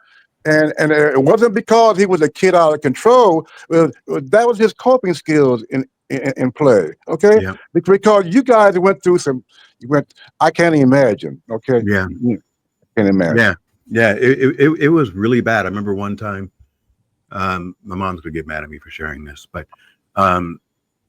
my father took my mother in front of me and Phil, and I remember he died when we were 8, and put a gun to her head. Oh. And when the police came to the house, because the neighbors called because of all this racket, Philip had to take them. If I was 8, he was 5, and show them where he hid the gun. I mean, it was bad. And Uncle Poogie, thank you so much for recognizing that I became an introvert, because at one point I was afraid of my own shadow. Yeah. And to this day, if someone in any industry, like at work or a friendship, if they yell, I retreat. Trigger. That's a trigger for you, right? Yeah. If I can talk to you as much as you want. My mom always asks, why are you so silly? It's because when it gets too aggressive, I don't know how to handle it, because it brings up trauma, and people don't understand how that continues. You can have all sorts of therapy, but it stays with you, and you have to understand what your triggers are. So I thank you for acknowledging the introvert part. And I think that also was one of the reasons why Phil and I love him, and he's doing really great. So no one underestimate that man, because he is doing a phenomenal freaking job. Absolutely. He's a great father. Yes, he is. Yes, he is. I've never been married to him, so I don't know what type of husband he is. But he's been married for like 30 years. And I think from a sibling perspective, you guys kind of have to put your head around this. You have an introvert, meaning I don't want to talk. And then you have someone very outgoing. And there's a friction because the introvert wants some type of attention, regardless of whether or not they're saying it or not. And then Philip, he demanded attention, and he got it. And so there was always that kind of like, where do I fit in? And Philip was always like, I'm going to fit in. So, thank you. You never went to Vietnam, right, Charles? I was absolutely not going. Okay. Right. So let me share with you why I say that. Okay. So after we all graduated and we got married at the same time and had families, and if there were parties we went to, they were at each other's homes or whatnot. So all of a sudden we got this idea and we ran with the idea, and the idea was I was the editor of a black newspaper in Springfield called The Black Voice, the voice of the black community, and they made me be the editor. I don't know why. It's because I was kind of decent with words and had a decent vocabulary. Anyway, from that platform, we become community activists. And I always tell the story that the first reaction that we got from what came out of the newspaper came from an unlikely source. A negative reaction came from a very unlikely source. But then again, to us, when we talked about it, it wasn't a surprise. So the negativism that we received from in the black community came from the black church, and that's when we began to engage in developing the ability to analyze what's going on. So the question was, why are they attacking us? And what it came down to was we were a threat. We were a threat. Okay. Number one, we knew that a majority of black ministers at the time were not supportive of Martin Luther King Jr. Okay, that's just the truth. Okay? We have receipts. We know that. Oh yeah, we have receipts. Do your homework. No, it was necessary. See, it was necessary for him to develop that coalition because a large percentage of the black community was not with him with what he was talking about. See, the thing about genocide, and that's what it was, genocide and white supremacy is fear runs rampant. Because see, you can fool around and end up being strange fruit any given day in America back then. All right? Straight up. So anyone who shook the boat and created a ripple in the community was called, and what people felt was causing problems, you were looked at and dealt with as a problem. Okay, so my life took off from that experience to into things that I didn't know existed. Okay, and that's when I began to realize there was a calling on my life because doors began to open. To this day, I do not have a college degree. It became clear that was not the plan. Doors began to open for me that I didn't know existed. My reputation preceded me. I began to realize you need to understand what you do, people are watching you. They are taking note. And I share that with the group right now because uh, uh, I'm very interested going forward to deal with this question. Where do we go from here? Uh, Billy has set this beautiful thing in motion, okay? Where number one, those of us who really don't know each other get to know each other. Number two, we can begin to take a look at what should our future family reunions really look like, y'all. See, Yeah. I stopped going to family reunions because they were damn boring. And I was I was uh I was sitting around people that lived in the same city I lived in, but for some particular reason, I was treated like a black sheep, and I never saw those people. So I basically said, "This is bullshit. I'm not going to. I'm not going to drive two. I'm not going to drive 200 miles and play family reunion when these Negroes are not serious about unity. They don't have a clue. Okay, so here we go, Charles being highly opinionated. That's right, I am. Okay, No, go ahead. and that's not based on be, it's based on living. Okay, what I know to be true about what I've gone through. Okay, and I've always felt that. Look, is there some reason why we can't have poetry contests with a kid? We can't focus on the kids. How come we can't have music bands so we could dance and have a good time? And really, because y'all, I don't know if you realize this, like you probably do, that most family reunions are very highly structured to the extent where all all families just sit with each other and look across the room at each other. I Yeah. I I never witnessed any real deep, sincere interaction. So that was my turn off. I stopped going. I'm looking forward to something new happening. And the bottom line is, it's in your hands. You guys are sitting here, and other young people, it's in your hands. We need to do something different because I agree. there's a schism, okay, and there's a tendency to people to make sly remarks about other family members Yep. who may be listening, okay, to what you're saying. It's a habit. People make sly remarks about my cousin Freddie. Okay, they make sly remarks about other people. I don't appreciate it. Okay, and because I speak this way, people want to label me. Well, guess what? It, that's my life story. I get labeled. I don't give a damn. Okay, I You know know what, Fuji? I know The who I am. the name of this podcast is UBU Live. And Right. so you be you. And I want to address one thing about the family reunions.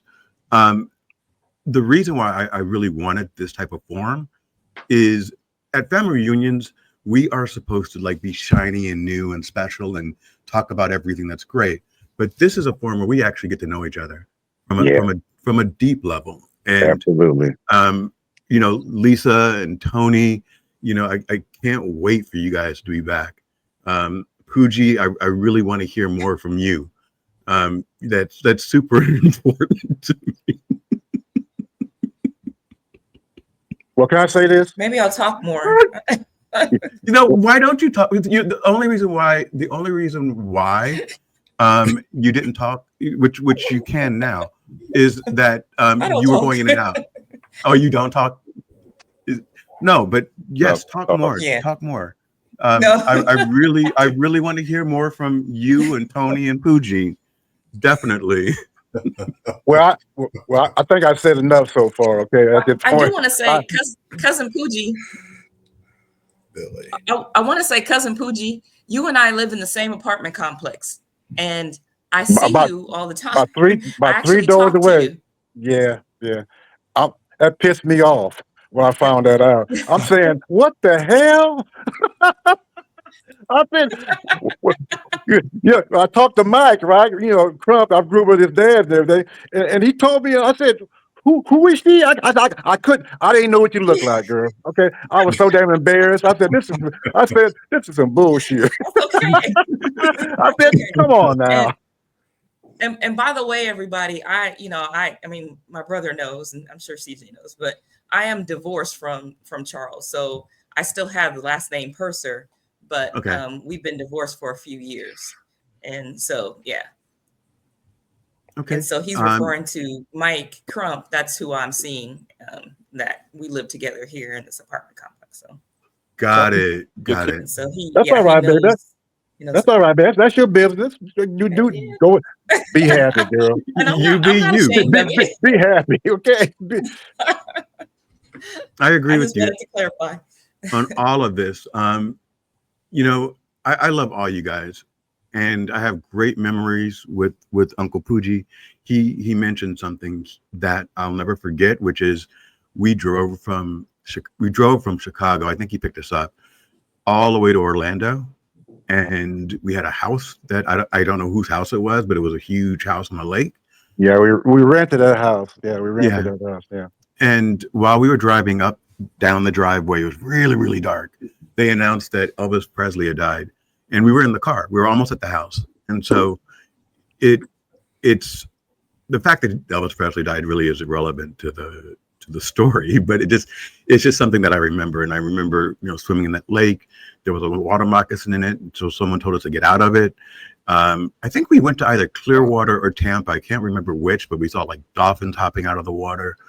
It was such a great experience. And during that trip, there were some other people with us, and they taught me how to make a dump cake. And I still make that, and my daughters still love it. Wow. Yeah, they're like, make a dump cake, And does anyone know what a dump cake is? No. You don't. So it's fantastic. So you take like a can of like cherries and a can of pineapple, and maybe 2 cans, depending on how much you want to make, and then you layer just any type of cake mix on top, like yellow cake mix, and then you put butter on top of it. And when the butter melts into the cake mix, it creates like a cobbler type of crumble. And then when you dip into it and it's hot and you put some ice cream on top of it, it's phenomenal. So And very unhealthy. And very thanks for that. I'm trying my best to lose weight. So what else about that trip do you remember, Billy? I most of it. I just remember being in the house. I remember the Disneyland trip. I remember that there were, I think, 2 girls that were about our age and a woman. I don't know if you guys were dating at the time or not. No, she worked for me. That's what I thought. That's what I thought. State position. I had a state job, and she was from East St. Louis. Awesome. Yeah. Awesome young lady, and he wanted to come along, and I'm like, At that time, I was dating my second wife, Beverly, and I said, well, okay. Anyway, everything was on the up and up because I'm very mindful about. I know. Okay. When I was a child, I was an introvert. Okay. When I was in the 6th grade, I had a speech therapist that used to come every Thursday, and because they said I had a speech impediment, which when I'm lazy, I can slur my words and not pronounce words correctly and whatnot. But that was it was a while, but I lost my train of thought, guys. Okay, so let me go back to the theme. Okay, let me ask Tony a question. Yes. Somebody Tony and CJ. Tony, can you give some thought to going forward? I know Billy's going to have you on going forward. Can you give some thought to perhaps, along with CJ and the young lady here,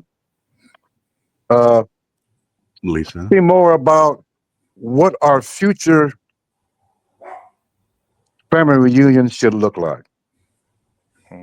Kind of playing with that a little bit, and because every year we have an opportunity, right, to come together, or sometimes every 2 years, depending. But so I'm gonna put that to you, and then I'm gonna follow with this question.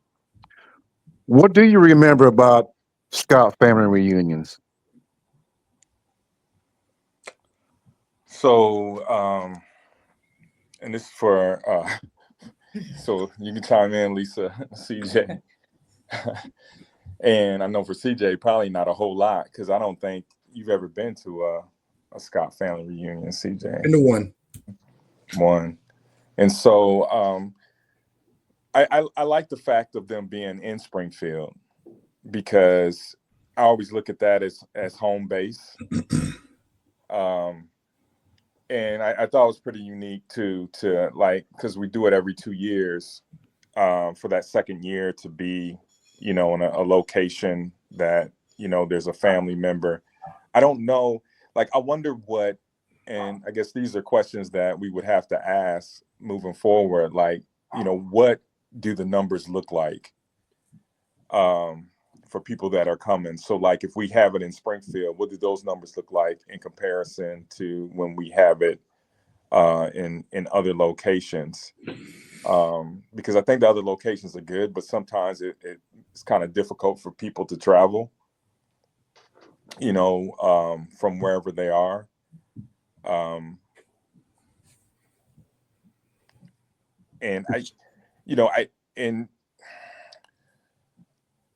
I think there needs to be more opportunity to talk about family history. And that's kind of the historian in me. I know, like, from the last ones that I've been to, we didn't really have any conversations about that.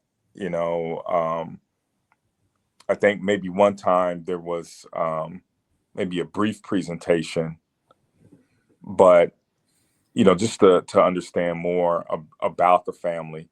And for me personally, to understand the whole, I understand the Jackson connection, but I don't, like, the Osby was new to me. So like, when I went to the family reunion, it was probably about, probably about 6 or 8 years ago. Was it 6? Something like that. You know, and it was the JOS. And I think we were on the call before, or on this before, and somebody had mentioned that, I think it might have been Debbie, that used to just be kind of the Scots.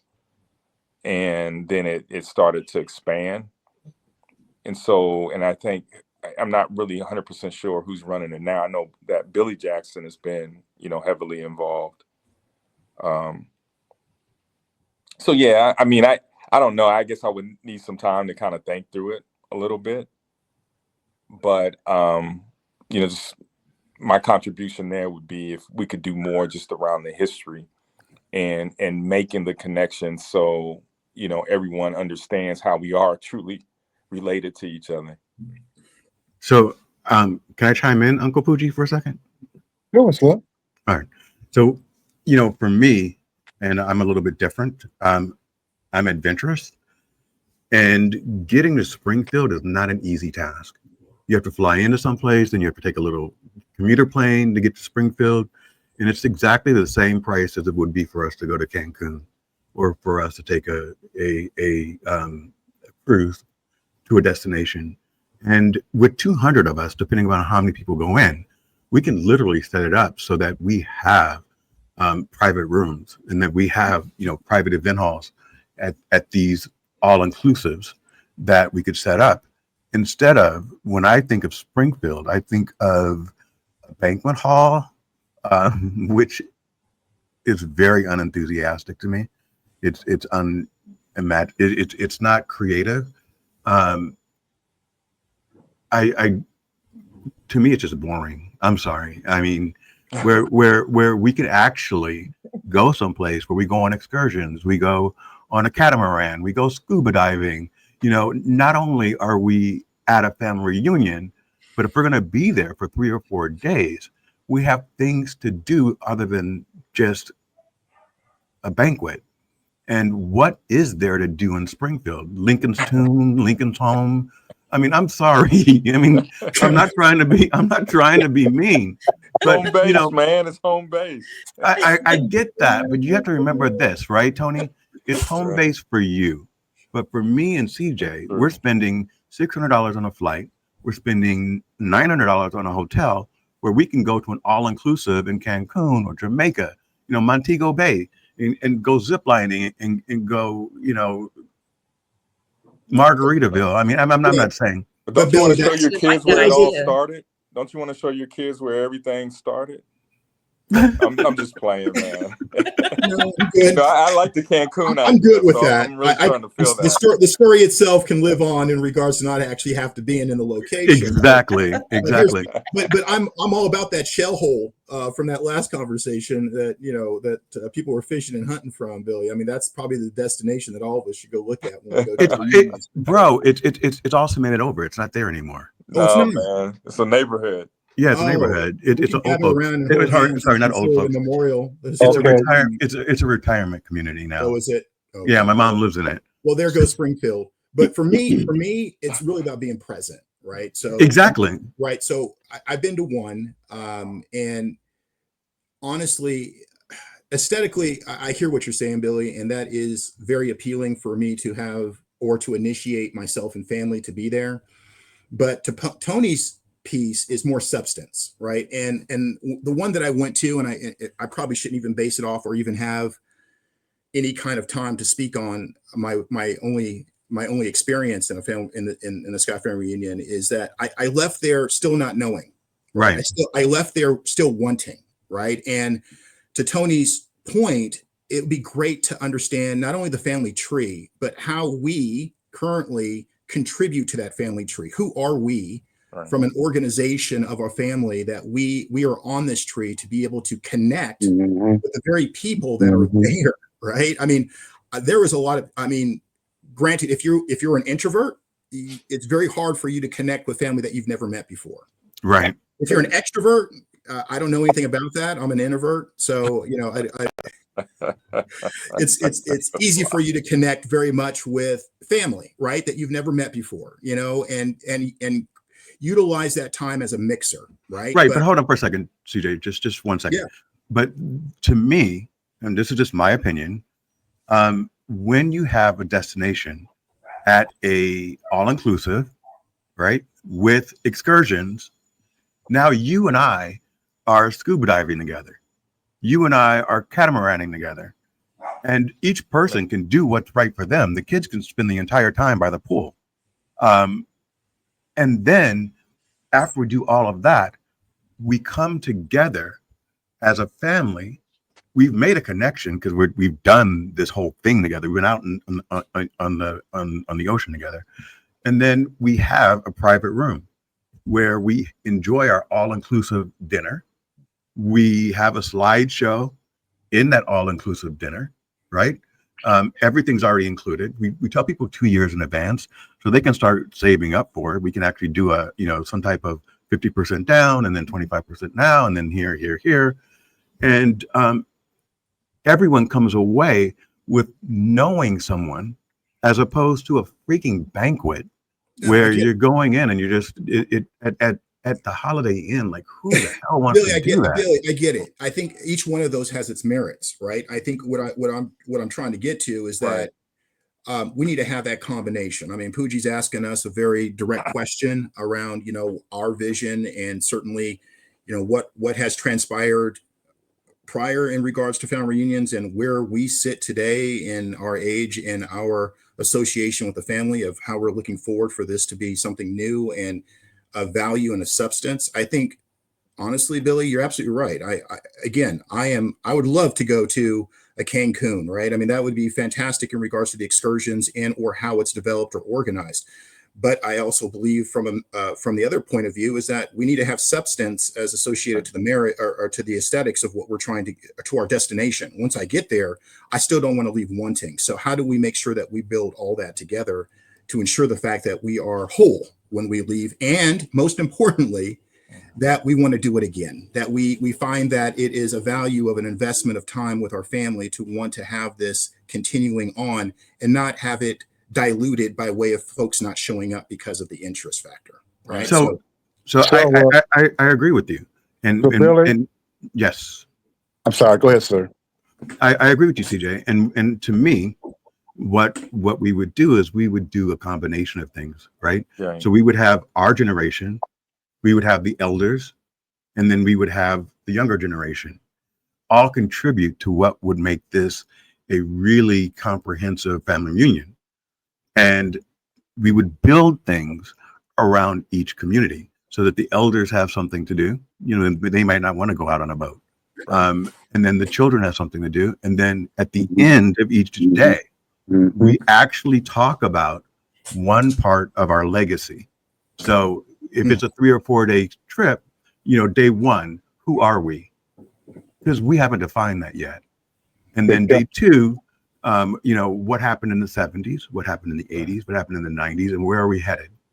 And by the time we end, a complete overview of the impact of the Jackson, Scott, and I don't know the other Osby legacy. Osby legacy. Yeah, still. And so I think that you can include that. I'm not opposed to Springfield. Don't get me wrong. I don't know how we get that impression at all, Billy. It doesn't have to be Springfield. No. I do think that that's a good idea, Billy. I mean, I think that's a good idea. I mean, I think that no matter where we go, I think it involves intentional planning for those specific things. Yes. The destination, I think that's something that could possibly get more people together, because you're almost in, you're in one space now. Yeah. In Springfield, people that live in Springfield will, go off to their homes or whatever else. You may not see, the different cousins. And speaking from an introverted point of view, I am that person. So, there are a lot of cousins that I know that are here in Springfield that I don't really know very well. And if I see them, I may say hi. They may not know who I am. Right.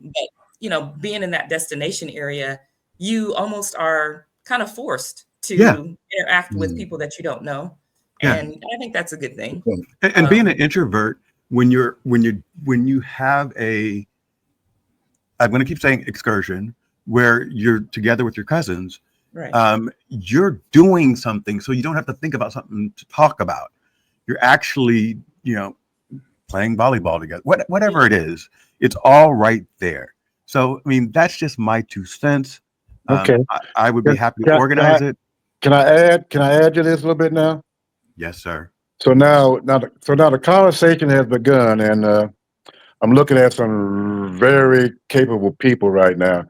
So let me add something else to this equation. Okay. What is it? Number one, everybody cannot afford Cancun. Okay, as much as this is a great idea. Okay. So what are the options? So what I'm envisioning down the road is, can we begin to talk about providing the real support that many of our family needs? For instance, can we begin to talk about not creating a credit union, but creating a fund, okay, a fund that everyone pours certain amount into based on income or whatnot, so we can help. Number one, for instance, I'm looking at doing something different, okay, beyond meet and greet. Can we, for instance, talk about how can we financially support our children who may want to go to school or may want to do certain things that's going to cost some money, okay? How can we, if there's 200-300 people in the family, how can we leverage our economic power to significantly, on an ongoing basis, impact the lives of the folks that we say we love? I love that idea. Yeah, we can definitely, I think as a part of that, create like a scholarship. But it goes back to, I think everything that's being said is excellent.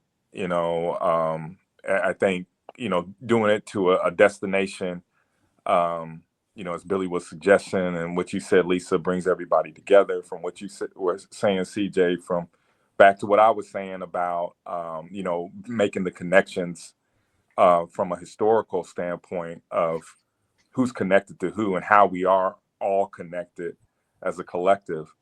I think all of those things can be done, even with some of the activities can be set up where we're connecting individuals together that don't really know each other, but we're cousins, and so maybe we have to do a task together or something like a scavenger hunt, something of that nature. I love the idea too of breaking it out into the generations, but also at various times bringing all the generations together Absolutely. Maybe even having the youth ask questions.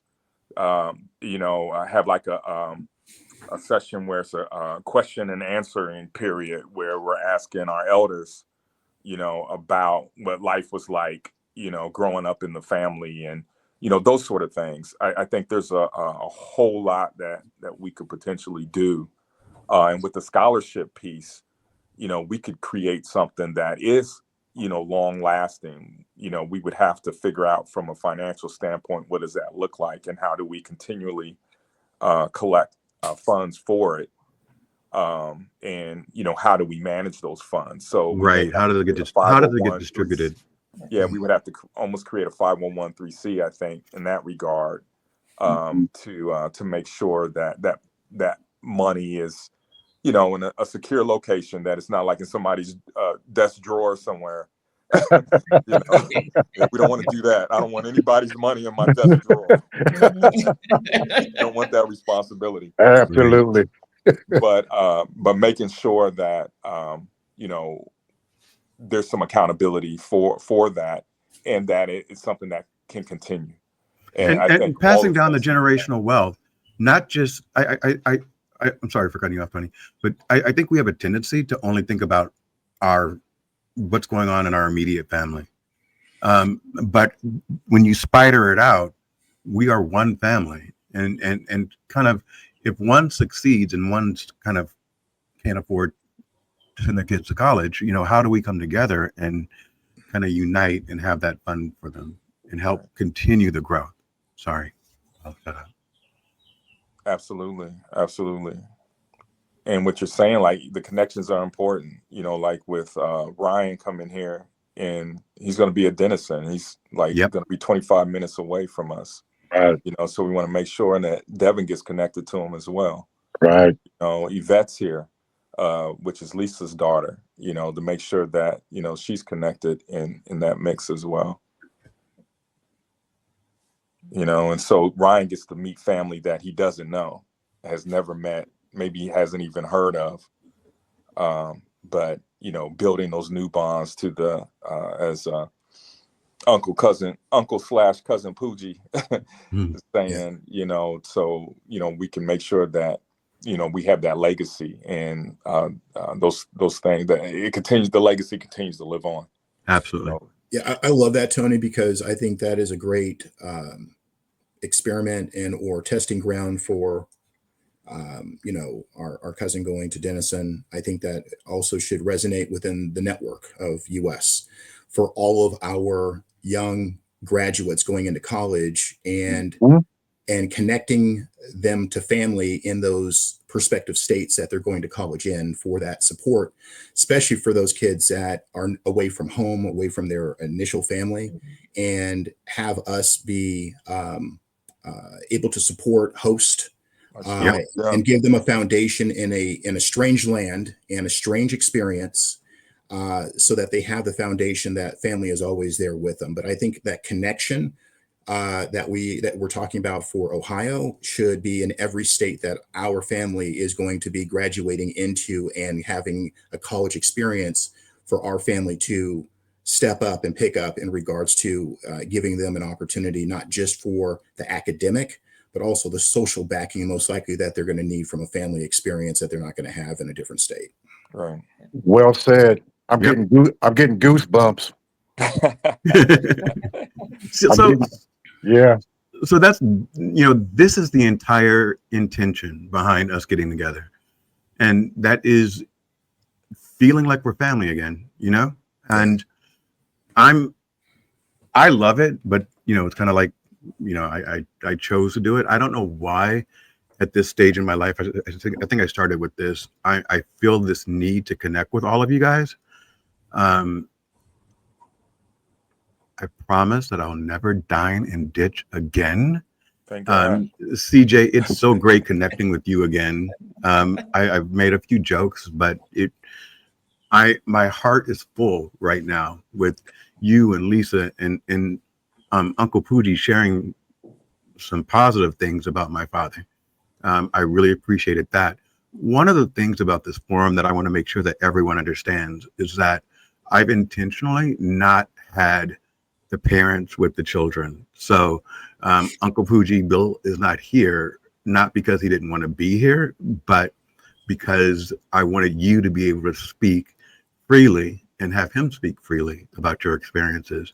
And CJ, I intentionally did not include you in last week's because, you know, that was your dad's forum and I want him to be able to speak. And then today you can, you know, share your story.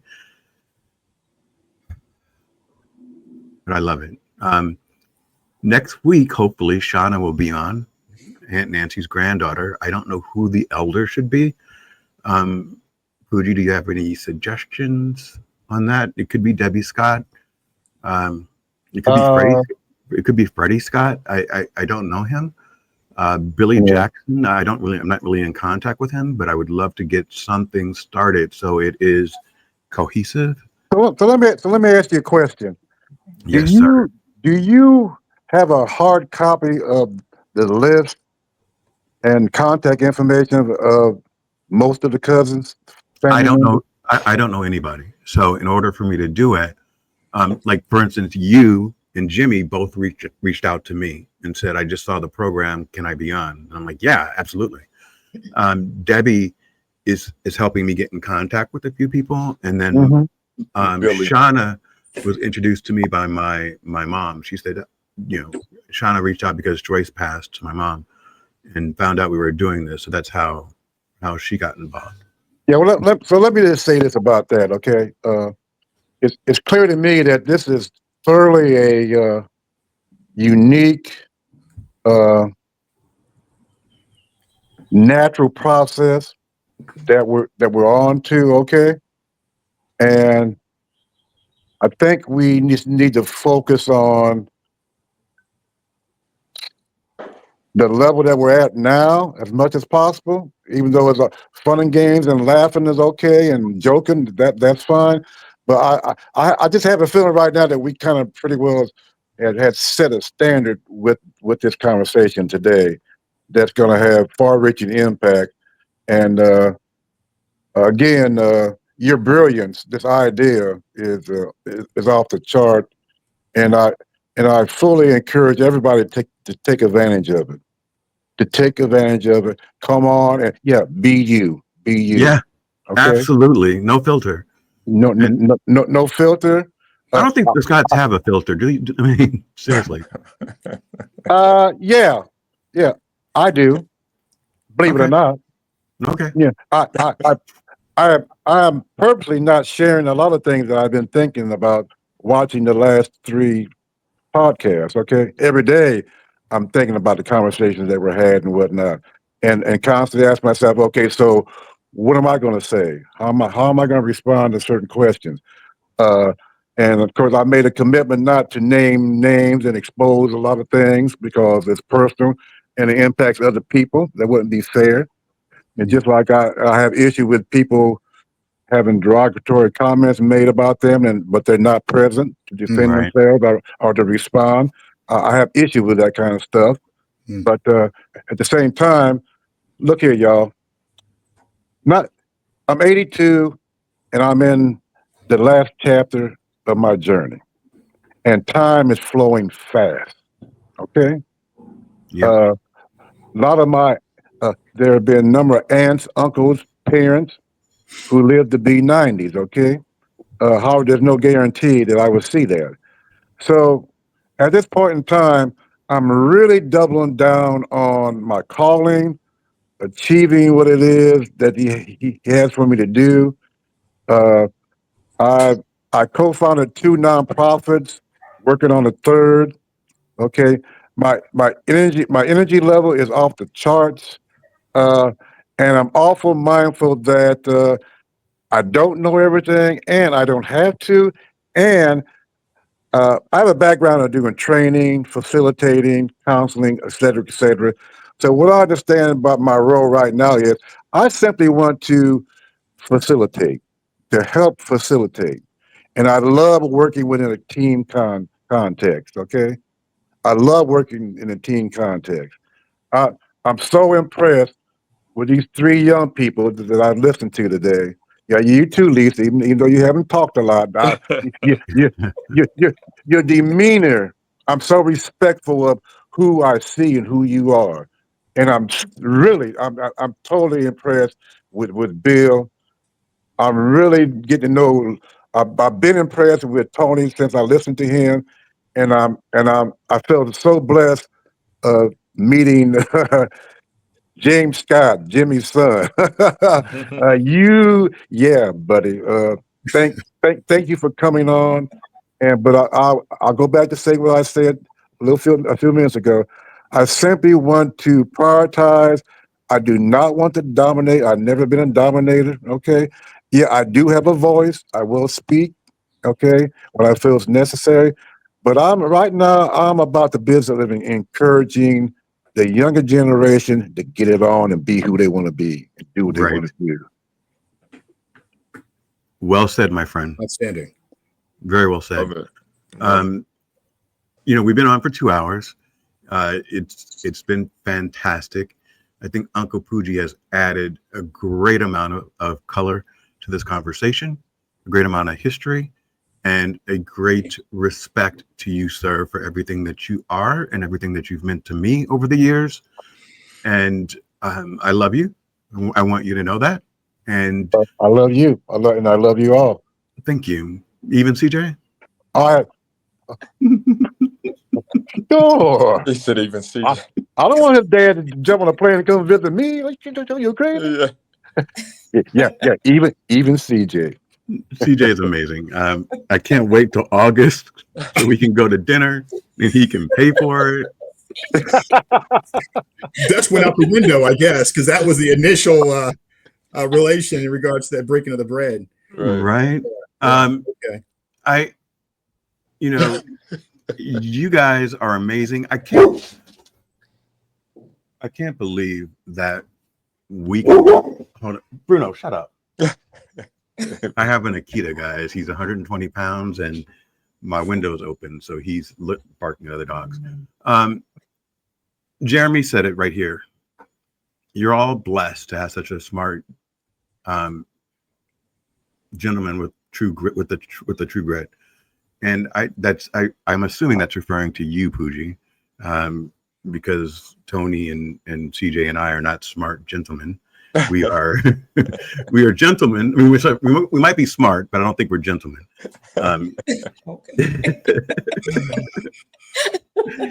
This is getting worse. They're talking about PUIGGIE. They're talking about cousin PUIGGIE. I know exactly. Okay, we'll leave it there. All right. You guys know I can dig a hole for myself in a second. So Indeed. some things just don't change. Yeah, we noticed. More things change, more they stay the same. But you know what, PUIGGIE? I'm no longer as much of an introvert. And I see. that to me is phenomenal. And again, you recognizing that from an early age and how Philip and I both dealt with it. Yeah. It shows how you were present in that moment to understand how we were both coping with our traumas. I don't want 30 years to go by without seeing Lisa and CJ. Tony, you're already scheduled up as soon as we get Chris to commit. So I know I'll be seeing you soon. Let's kind of like wind it down. I'm going to do it from Lisa first. Do you have final statements for us? I'm just so happy that you did this, and you're getting the cousins together. I was just excited about it when Tony told me. So I'm happy to be here. I'm grateful to be with all of you, and yeah, and I'll come back and hopefully I'll say more and my connection will be better. I don't know. It gets easier as it goes on, and as Uncle PUIGGIE stated, when the first couple of episodes, I didn't know where it was going to go, and so as we know better, we do better, right? And so I love the fact of all the great stories of me being a shyster. That was fantastic. But the truth is, the truth is, there's more to to that. Then hopefully I've grown a little bit. It's not just getting fatter. You were a young man. You were a young man. Yeah. But there's still some of that in me. I I love the adventurous side, and it's,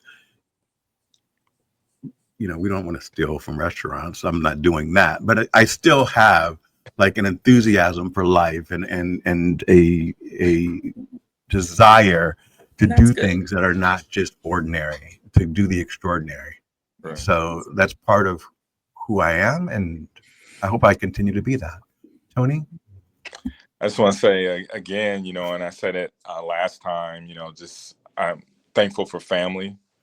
And, you know, I thank you, Billy, for even setting this up. You know, I'm loving the flow of it. Thank you. Like it's better each segment. And I'm just learning a lot. Like I learned so much in the last call, learned so much today about cousin PUIGGIE. I already know CJ, and, you know, I know my sister. So, you know, I couldn't learn too much from them, but just playing, guys. But, you know, just I'm just loving it right now. And I'm excited about the next one when cousin Christy and I will be together, and we can, you know, talk a little family history from what I know, and, you know, some of the stuff that I've researched about our great grandfather. So, Hey, Uncle PUIGGIE, can you see if Chris is up to that? Sure. I'd appreciate it, because I don't have his contact information. Yeah. And I'll also contact cousin George White.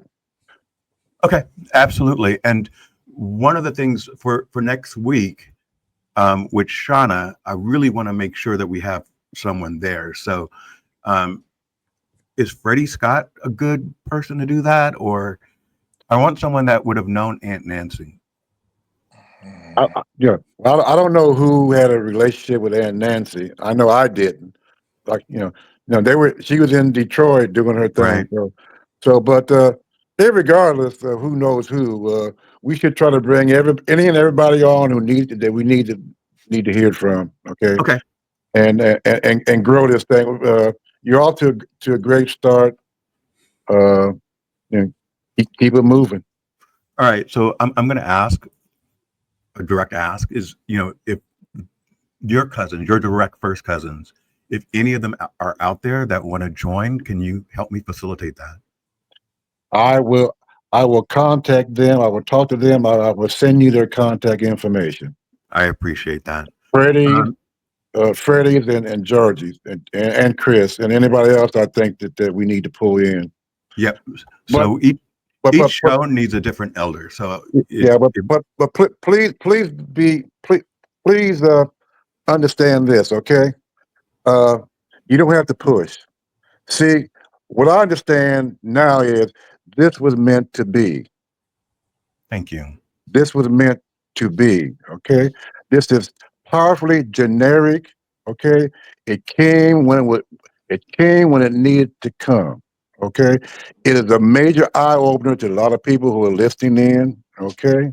Yeah. But you don't need what I want you to do is you are number one. I'm so impressed with you. You are totally creative being. You're so creative. You probably do anything you want to do. You've done some stuff, okay? I know.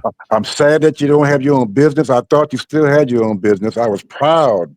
I didn't talk to you about it, but I thought you still had your own business or businesses. Yeah. I want you to get back there again, but back to what I was saying. You don't need to push. This is not hard. This is natural. It's going to go the way it's going to go because, see, you are not alone. You are not alone. Thank you, sir. And what I want you to do is I want you to really focus on being the person who facilitates. But I need help. But I do need help. And there's help. There's help. Just ask and you do that by asking people particular kind of questions, okay? Yep. We can. Some people can become co-facilitators by how they respond and what they say, and being mindful of not taking up too much space in the room. Okay, even though I can blow with the best of them. Okay, I'm mindful that hey, this is not about me. This is about us. Because we are. I am. There you go. There you go. And to the youngest of the group, Yeah. and probably the most contentious, CJ, I'm going to give you a minute to. I'm sorry, Chris, because I have that one last one. I'm going to allow you, my friend. I'm going to allow you to take these final moments to tell me how wonderful I am, and what a major impact I've had. That's going to take me at least a good hour just to get to that point, right? Final thought. I have to build that up. It just doesn't happen naturally. Right. I love you, man. I really do. I'm so excited that we're reconnected. Yeah, so me too, man. I have to tell you. But thank you for the platform. Thank you for giving all of us and past and future family that will be on this forum an opportunity to learn, grow, and be introduced to each other. I think this is just a fantastic opportunity for me personally to be able to meet PUIGGIE and get some stories, as well as listening to others in our family to be able to get some history, right? I think that we are always usually cut off from history. I think we're always kind of getting there's a blind spot in regards to our overall history. It's just great to get right to the direct jugular in regards to having the opportunity of speaking directly. So thank you for that. Very thoughtful, which is quite unique for you in regards to thinking of others as opposed to yourself. But I wanted to at least give you some credit there. I do want to say one thing before I do leave. I am a product of being raised by my mother. Okay. And I give a lot of credit to the foundation that my mother and father provided me growing up. It's who I am today. Right. But the forming and the molding was from my mother. And I have a fantastic brother, and his name is Devin. And he too was raised by his mother. And looking at my brother as a child, as a young man, I have to tell you, I'm very proud of who he is and what he does today for not only himself, but his family. And that is a direct reflection of his mother. And I just wanted to put that out there because I think it was important in regards to some of the aspects that were spoken about that particular era in time. And he is a fantastic member of this family, and he is a cousin to many.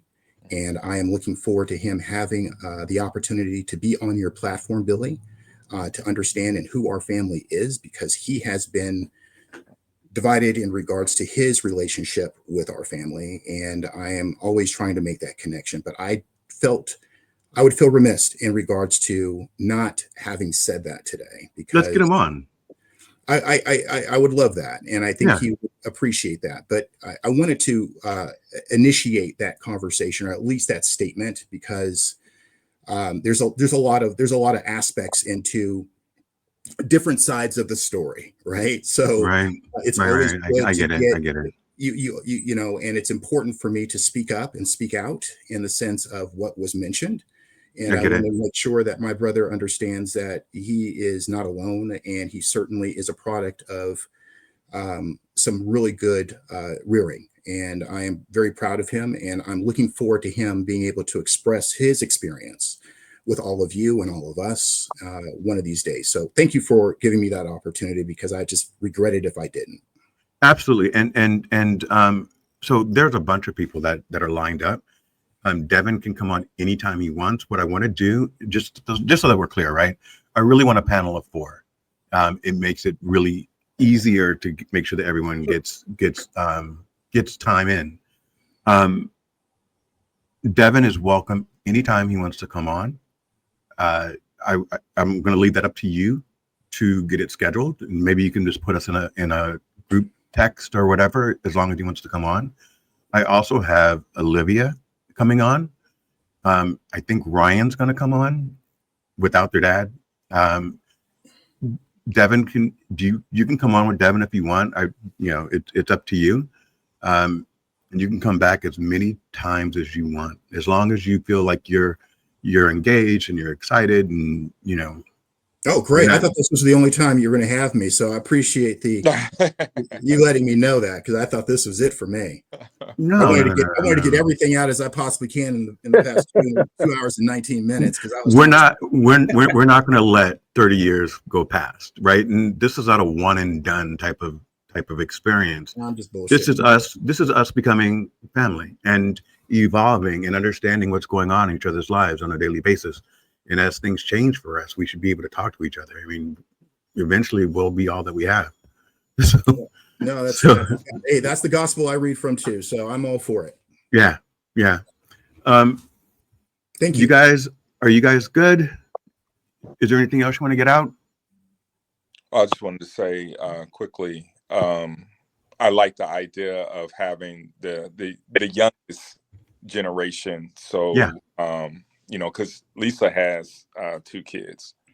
Not kids anymore. They're like young adults, you know, and then my son is as well. And Devin's girls are too small for now, but CJ. Sundry Sundry, absolutely. Which is Sundry's like probably 6 months younger than Grant. My oldest, she's 17. Yeah. Sundry's mentioned you several times about how much she loves you. So that's phenomenal. Yeah, I want to get, again, generational. Yeah. So we just need to make it happen. And as we keep moving forward, it's really us that needs to start doing that. So I'm about to fall asleep and I have to use the restroom. Hey, I love you all. I'm not about to fall asleep, but I really do need you to use the restroom. Y'all be good. Great. All right. Better than the Bye, PUIGGIE. Hey, love you guys. Take care. Thank you. All right. Much. Thank you, guys. Okay.